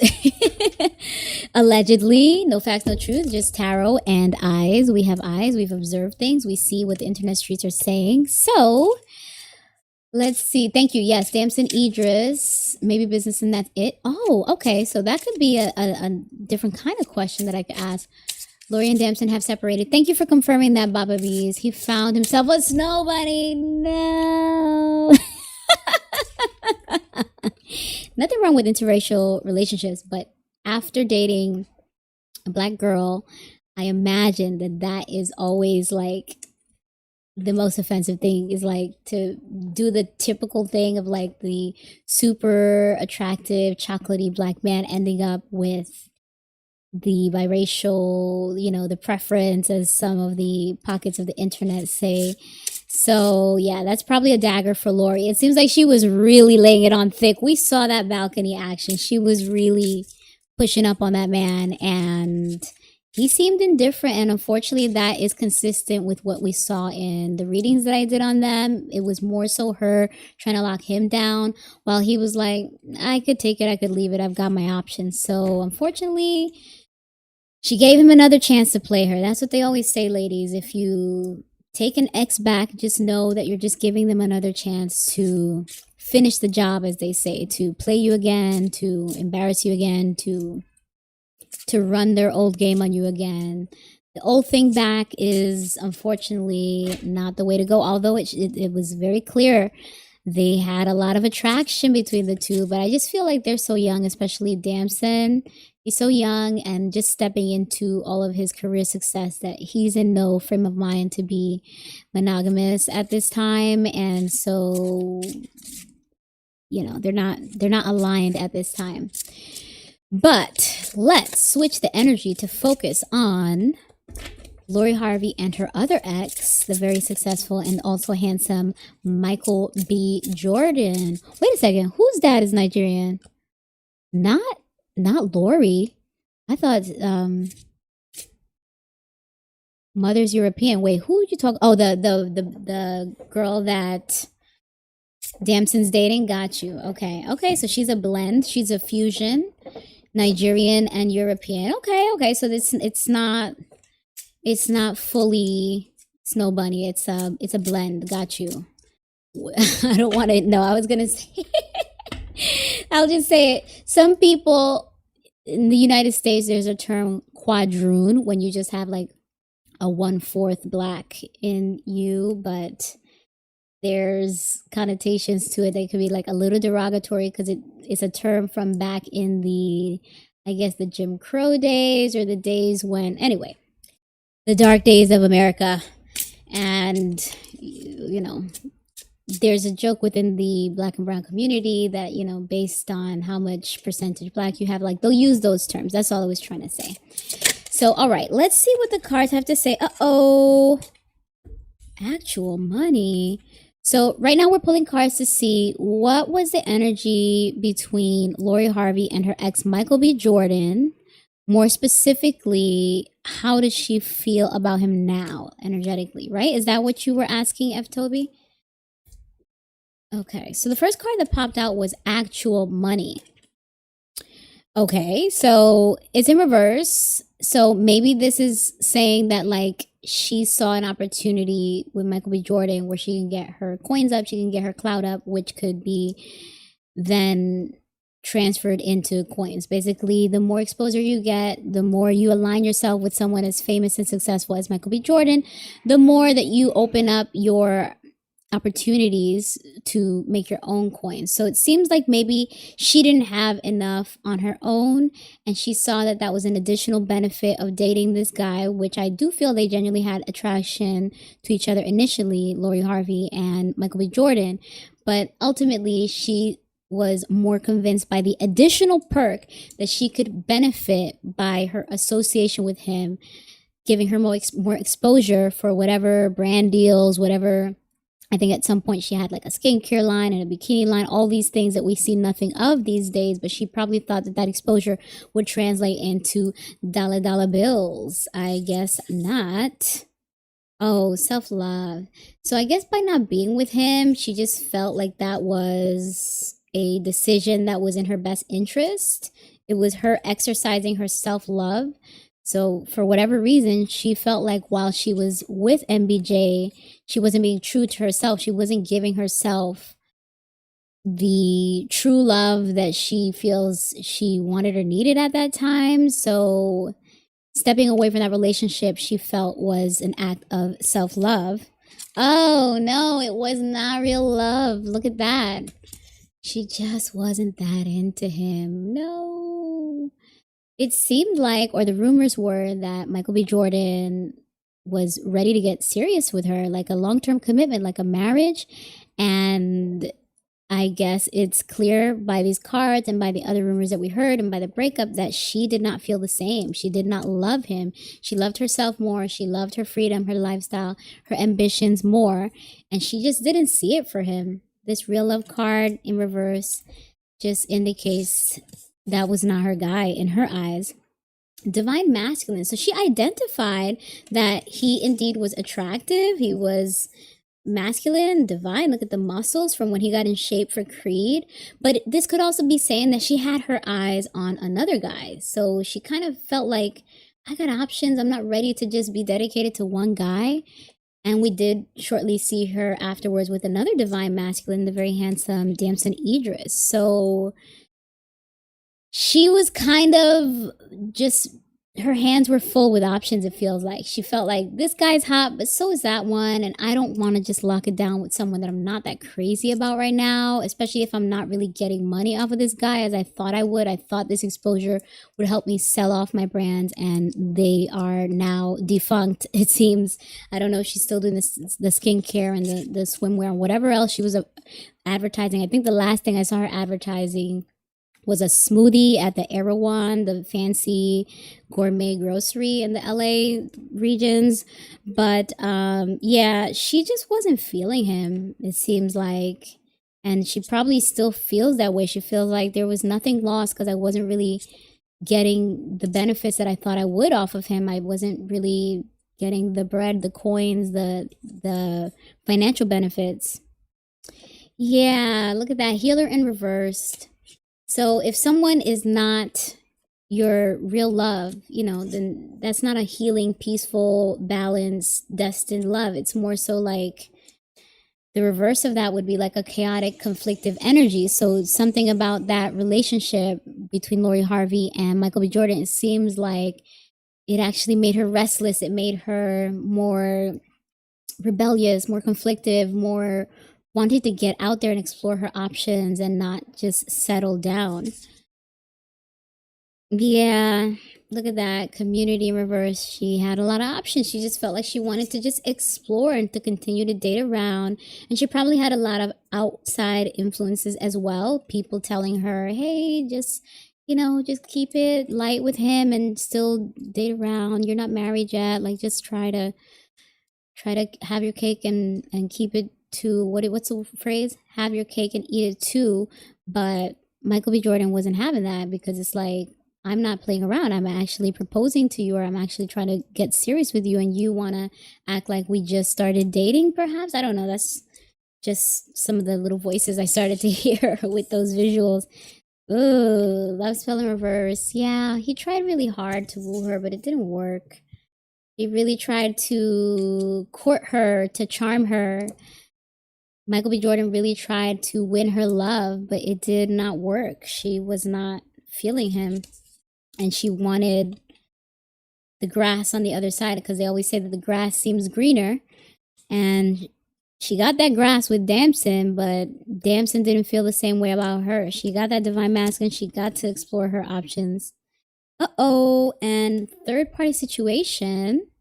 So that must be Lori, again, reinforcing this idea that she wanted to keep her options open. Maybe she already was speaking to Damson or a third party before they even broke up officially, before she officially broke up from Michael B. Jordan.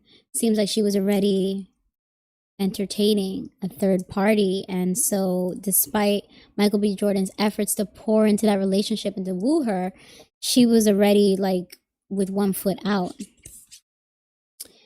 Wait, what? Why is it like this? Okay. So this is a karmic masculine in reverse. Yikes.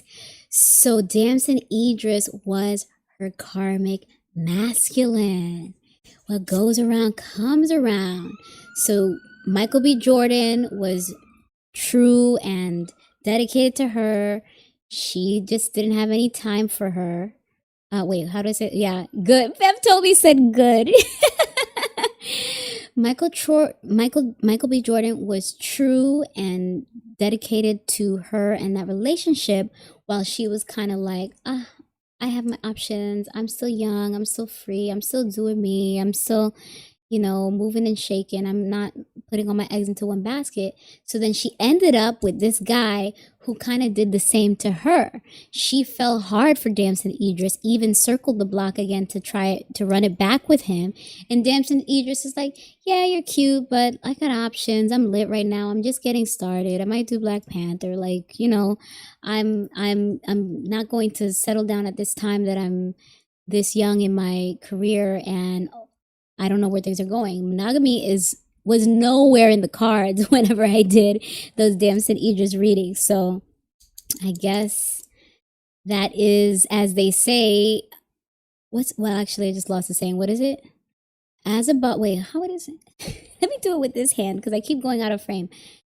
There we go. As above, so below. I guess she got to reap what she sowed. Okay, travel. Yeah, going international, reconnecting with your lover overseas, but also this is kind of reinforcing this idea of moving and shaking, keeping your options open, on to the next, being young and free. This is someone who's not looking to anchor themselves, someone who's not looking for stability. So this is what Lori Harvey was, and this is what she got in Damson Idris. Yikes. Okay, but we have this relationship card upright. Maybe this could be representing when they gave it a second chance. This is pretty much saying that she just really liked this guy. She really wanted to give that relationship a chance. She really wanted to see if it could build and be something. Let's see. Baba B said Damson is a charmer and a sweet talker. Ooh, itchy nose, itchy nose. The spirit is really connected with me today, I guess. So then you say, I always knew he will be the one to bring her karma. Really? Did you? Look at that. To be honest, when I saw her, first of all, when I saw that Lori Harvey broke up with Michael B. Jordan, I was like, no way. They seemed so perfect. And that was the same year that Jennifer Lopez was with A-Rod. I thought they were both really beautiful couple. So for whatever reason, I just thought, oh man, they must be so perfect. So when they both broke up this year, I was like, oh my God, if they can't make it, there's no hope for anyone. But then when I saw Lori because I was like, how can she do better than Michael B. Jordan? When I saw her with Damson, I was like, okay, I see it. I see it. She definitely, had the pick of the litter, as they say. She had some great options because Damson is also very attractive and charming. And he seems to have a Scorpio moon, I think, or a Scorpio rising, if I remember correctly from when I did the Hot or Not. He has a Scorpio rising, and so that's why he has like this magnetism and had Lori hooked apparently for her to run and circle the block again. So, the last card in this reading here, the ascending card, is somewhat saying like the judgment card, like leveling up. You're elevating from the former version of yourself after having gone through these relationships. So at least Lori Harvey has grown from this. She has learned from this experience of going back and forth between Michael B. Jordan and Damson Idris. Well, I don't know if she went back with Michael B., but I know she definitely went and gave it another try with Damson. And it was at the cost of whatever she could have had with Michael B. Jordan. But I mean, we can't blame her. If she didn't love the guy, she shouldn't have to force herself to stay in something like that. But it just was, bad energy for her love life, for her relationships.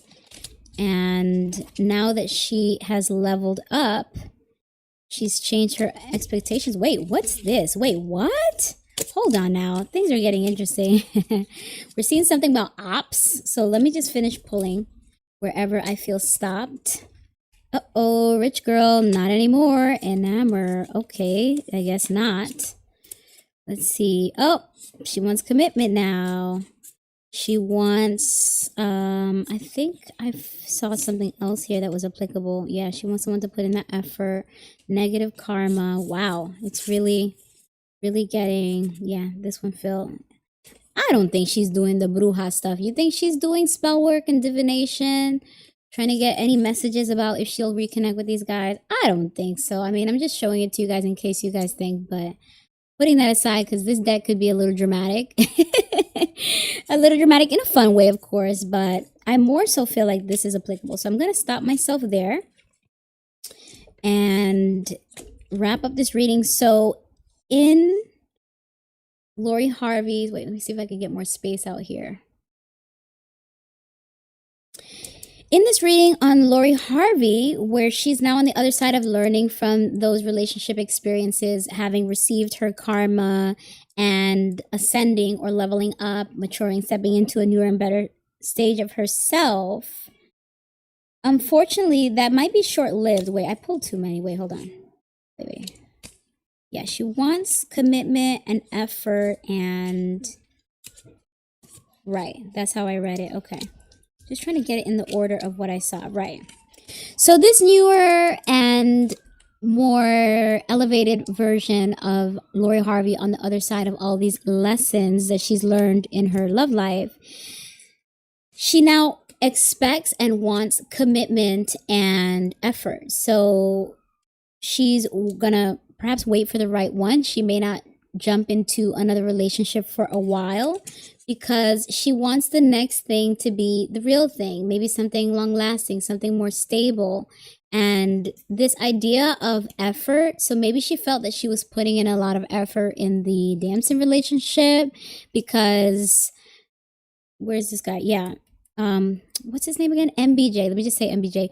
Michael B. Jordan, MBJ was putting in a lot of effort with her. And it seems like because she had this karmic relationship experience with Damson, she saw the shoe on the other foot where now she was the one putting in the effort and not receiving as much from him. She was probably the one that had to keep flying out to meet him or chasing him around to try to keep his attention while he was indifferent. So now, after experiencing that heartbreak and disappointment, her standards and expectation after this level up is that she would like someone that puts the effort in like MBJ once did, and someone that is looking to make a long-term commitment and be monogamous like MBJ did. So maybe in the back of her mind she is wishing she had a version of him, but something about him was not attracted to her. She didn't love him, but there are elements of that Michael B. Jordan relationship that she does wish she got back, and she's recognizing that this was karma. We did see this karma card in reverse. So it was negative karma that found her. So at least her mind and at least her mentality has changed. But with all of these other cards here, oh, this is adding on to what I was just saying. Because she felt abandoned, she felt alone, she felt one-sided in that relationship with Damson where she was putting in the effort, and she misses having a guy that put in the effort. So that's why that's now a part of her new standards and expectations. But there is a part of her that is still kind of boy crazy. And she might jump back into the sack with someone out of lust, out of impulse, out of just the carnal feelings and vibes of just wanting to, as they say, get under someone to get over the other. That's a saying that they say when you're going through a breakup. So something about lust is going to keep her in this unhealthy cycle of dating guys that are not aligned with her new standards of wanting something serious and long-term and reciprocal. She might still be hurting from her relationship experiences, and that's what's going to drive her for that instant gratification of just laying with someone, maybe even an old flame, who knows. But she doesn't want to feel like she was dropped off in a relationship again. It seems like, what's his name? Damson dropped her off in terms of like, he's the one that cut her off. He's probably the one that ended the relationship, or these guys don't formally end relationships. They just move on with someone else, and it's up to you to decide if you're going to tolerate that. So she probably said, no, you're out there dating someone else, and I'm not going to stand for that. And so she just felt abandoned, cut off, and discarded. I would say that this abandonment card is more so communicating something about her feeling discarded and feeling the need to get under someone to get over someone else. But in that process, she's trying to like block her heart, not fully dive into the idea of being emotionally available enough to find love. So she might be trying to play the game of what the guys do, of just like, sleeping around, but not giving them the heart. I thought there was a lyric, something like that, like, actually a JayZ lyric. I don't love him, I don't chase him. Okay, it's actually too R-rated for me to repeat. So, but it seems like she's going to try to play that game. Actually, didn't her stepfather Steve Harvey write that book, Act Like a Lady, Think Like a Man? So the cards seem to be indicating just that. She's going to try to play that game of continuing to be a bachelorette, jumping in and out of these hot relationships until they fizzle out, and act detached, act like she's not in it for love. But it seems that she, in the back of her mind, actually would like to settle down now. She's learned her lesson from the negative karma that she experienced.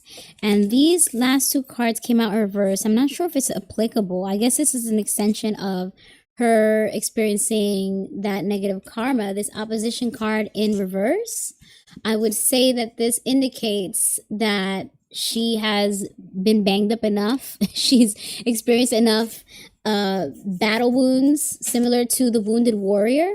She's experienced a lot enough challenges or conflict in her love life to where she does truly have this desire to settle down. But plot twist at the end, we're seeing this rich girl card in reverse.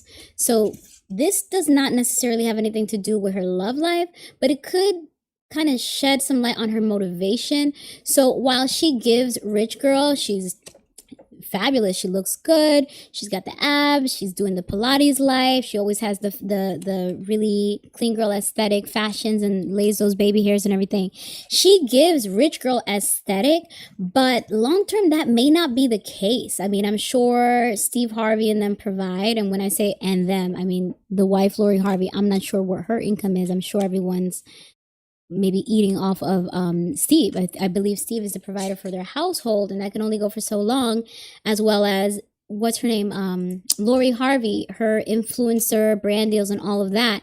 That can only go for so long. So this could be saying that because she needs to keep her brand current, so she could be marketable, so she could maintain some relevancy to continue to pull in the coins.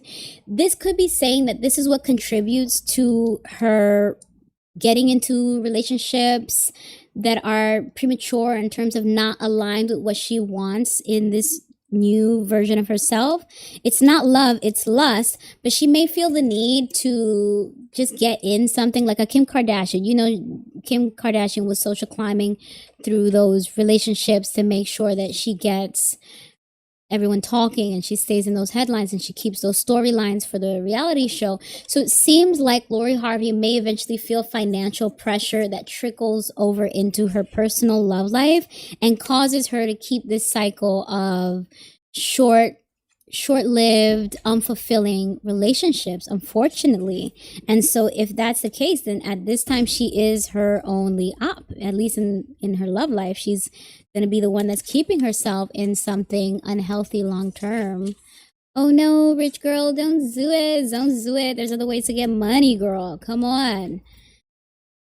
Well, that's that. I hope that Lori Harvey can actually find true love if that's what she wants now. I hope Michael B. Jordan can find true love. He definitely seems like it's a matter of time for him. He's coming up due on that. And I'm excited to see what's to come from Damson because he seems like a problem, but a fun to watch kind of problem, you know? So let me see what the chat is saying in case there's any applicable things here. Okay. Oh no, Bappa Bees said that they saw some readers say that Michael B. Jordan will never marry, only God knows. Yikes, really? I think he'll marry. Well, maybe not marry, but I think he'll definitely find love. I think he will find love, and he may just be one of those people that will find it later on in life. Let's see, what else did you guys say? If Toby said she's seeing readers to get info on her love life. Yeah, she probably is, right? She probably was like, why didn't this work out for me? What happened? What's he doing? That's probably how she kind of got the intel about Damson creeping with a exotic blend over there. Okay. Ooh, someone may have done something to her. Okay. So Baba B said Lori Harvey is friends with Hailey Bieber and Kendall Jenner. If you know, you know. Yeah, there's a lot. I think what Baba Bees is alluding to is that there's a lot of rumors about how Hailey Bieber may have worked a little magic on Justin Bieber. All alleged, of course. No facts, no truth. Just chatting. But I guess Baba Bees is saying, well, birds of a feather flock together. If that's what Hailey may have done to pull in a Justin Bieber, then maybe Lori might resort to those kinds of tricks to pull in whoever she had her eye on, which seems to have been Damson. Then we see, F. Toby said, jealousy of people in Lori's inner circle was putting the narrative that he wasn't the guy or she can find another guy. Yeah, that, what was it, a community card? They may have been adding gas to the fire in terms of like putting that in her ear. You could do better. You could find someone else. That's not your person, right? Let's see. I think she'll find love. I think he'll find love. I think so too. Yeah, wait, what did I see at the end? I picked it up so quick. I keep my eyes on the screen to try to, keep up with the chat. But what, Papa Bees, can you remind me what card did you see at the end? Because I may have missed it, and it's like too far in now. Let's see. I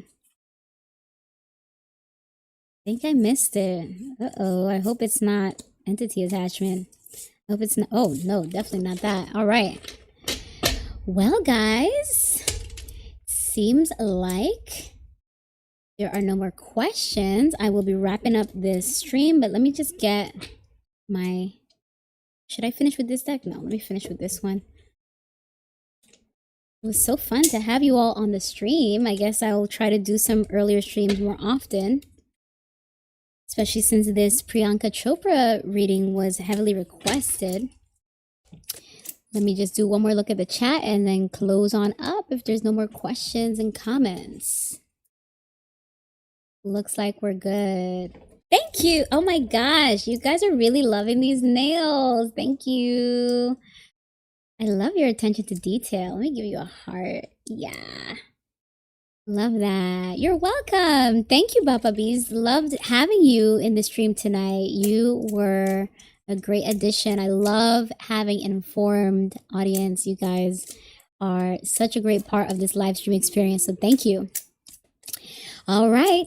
Make sure you guys like, comment, and subscribe to be notified of when I do these streams. Of course, be in touch if you'd like a personal reading. The link is in bio. Thank you all for your likes, for your hearts, for your comments, for your support. Big hearts right back at you. As a small and new creator, it means so much. So thank you. Hearts, hearts, hearts. I've been throwing all these hearts out tonight because it's love, guys. It's love. I got love for you. Thank you. Thank you. All right. I wish you all abundance and illumination. May divine light radiate through your life. Oh my gosh. The noise. The noise. Jeez. Just want to throw a deck at them. Okay. Hold on. We're almost there.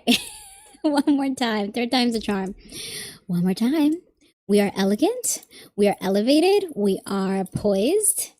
We are powerful and peaceful. All right. I wish you all abundance and illumination. May divine light radiate through your life. Keep shining. Thank you. Thanks. Oh, Papa Bees. You said that's not a good way to make money. Ah. Yes, indeed. That's not a good way to make money. Lori Harvey, change your priorities, girl. If it's love, then you got to let it really be love. Thank you, guys. Thank you. Thank you. Love. It's love from me, at least. I don't know if it's love from Harvey. I don't know if it's love from Lori Harvey, but it's love from me. All right, guys. Such a pleasure. Thank you. Take care. See you on the next stream. I'm doing a World Cup special next week. So for those of you that were dying for the reading on, I forget his name. Is it Dembaya or the number one guy? You're finally going to get it next week. Tune on in and feel free to leave comments and questions. Take care. Ciao.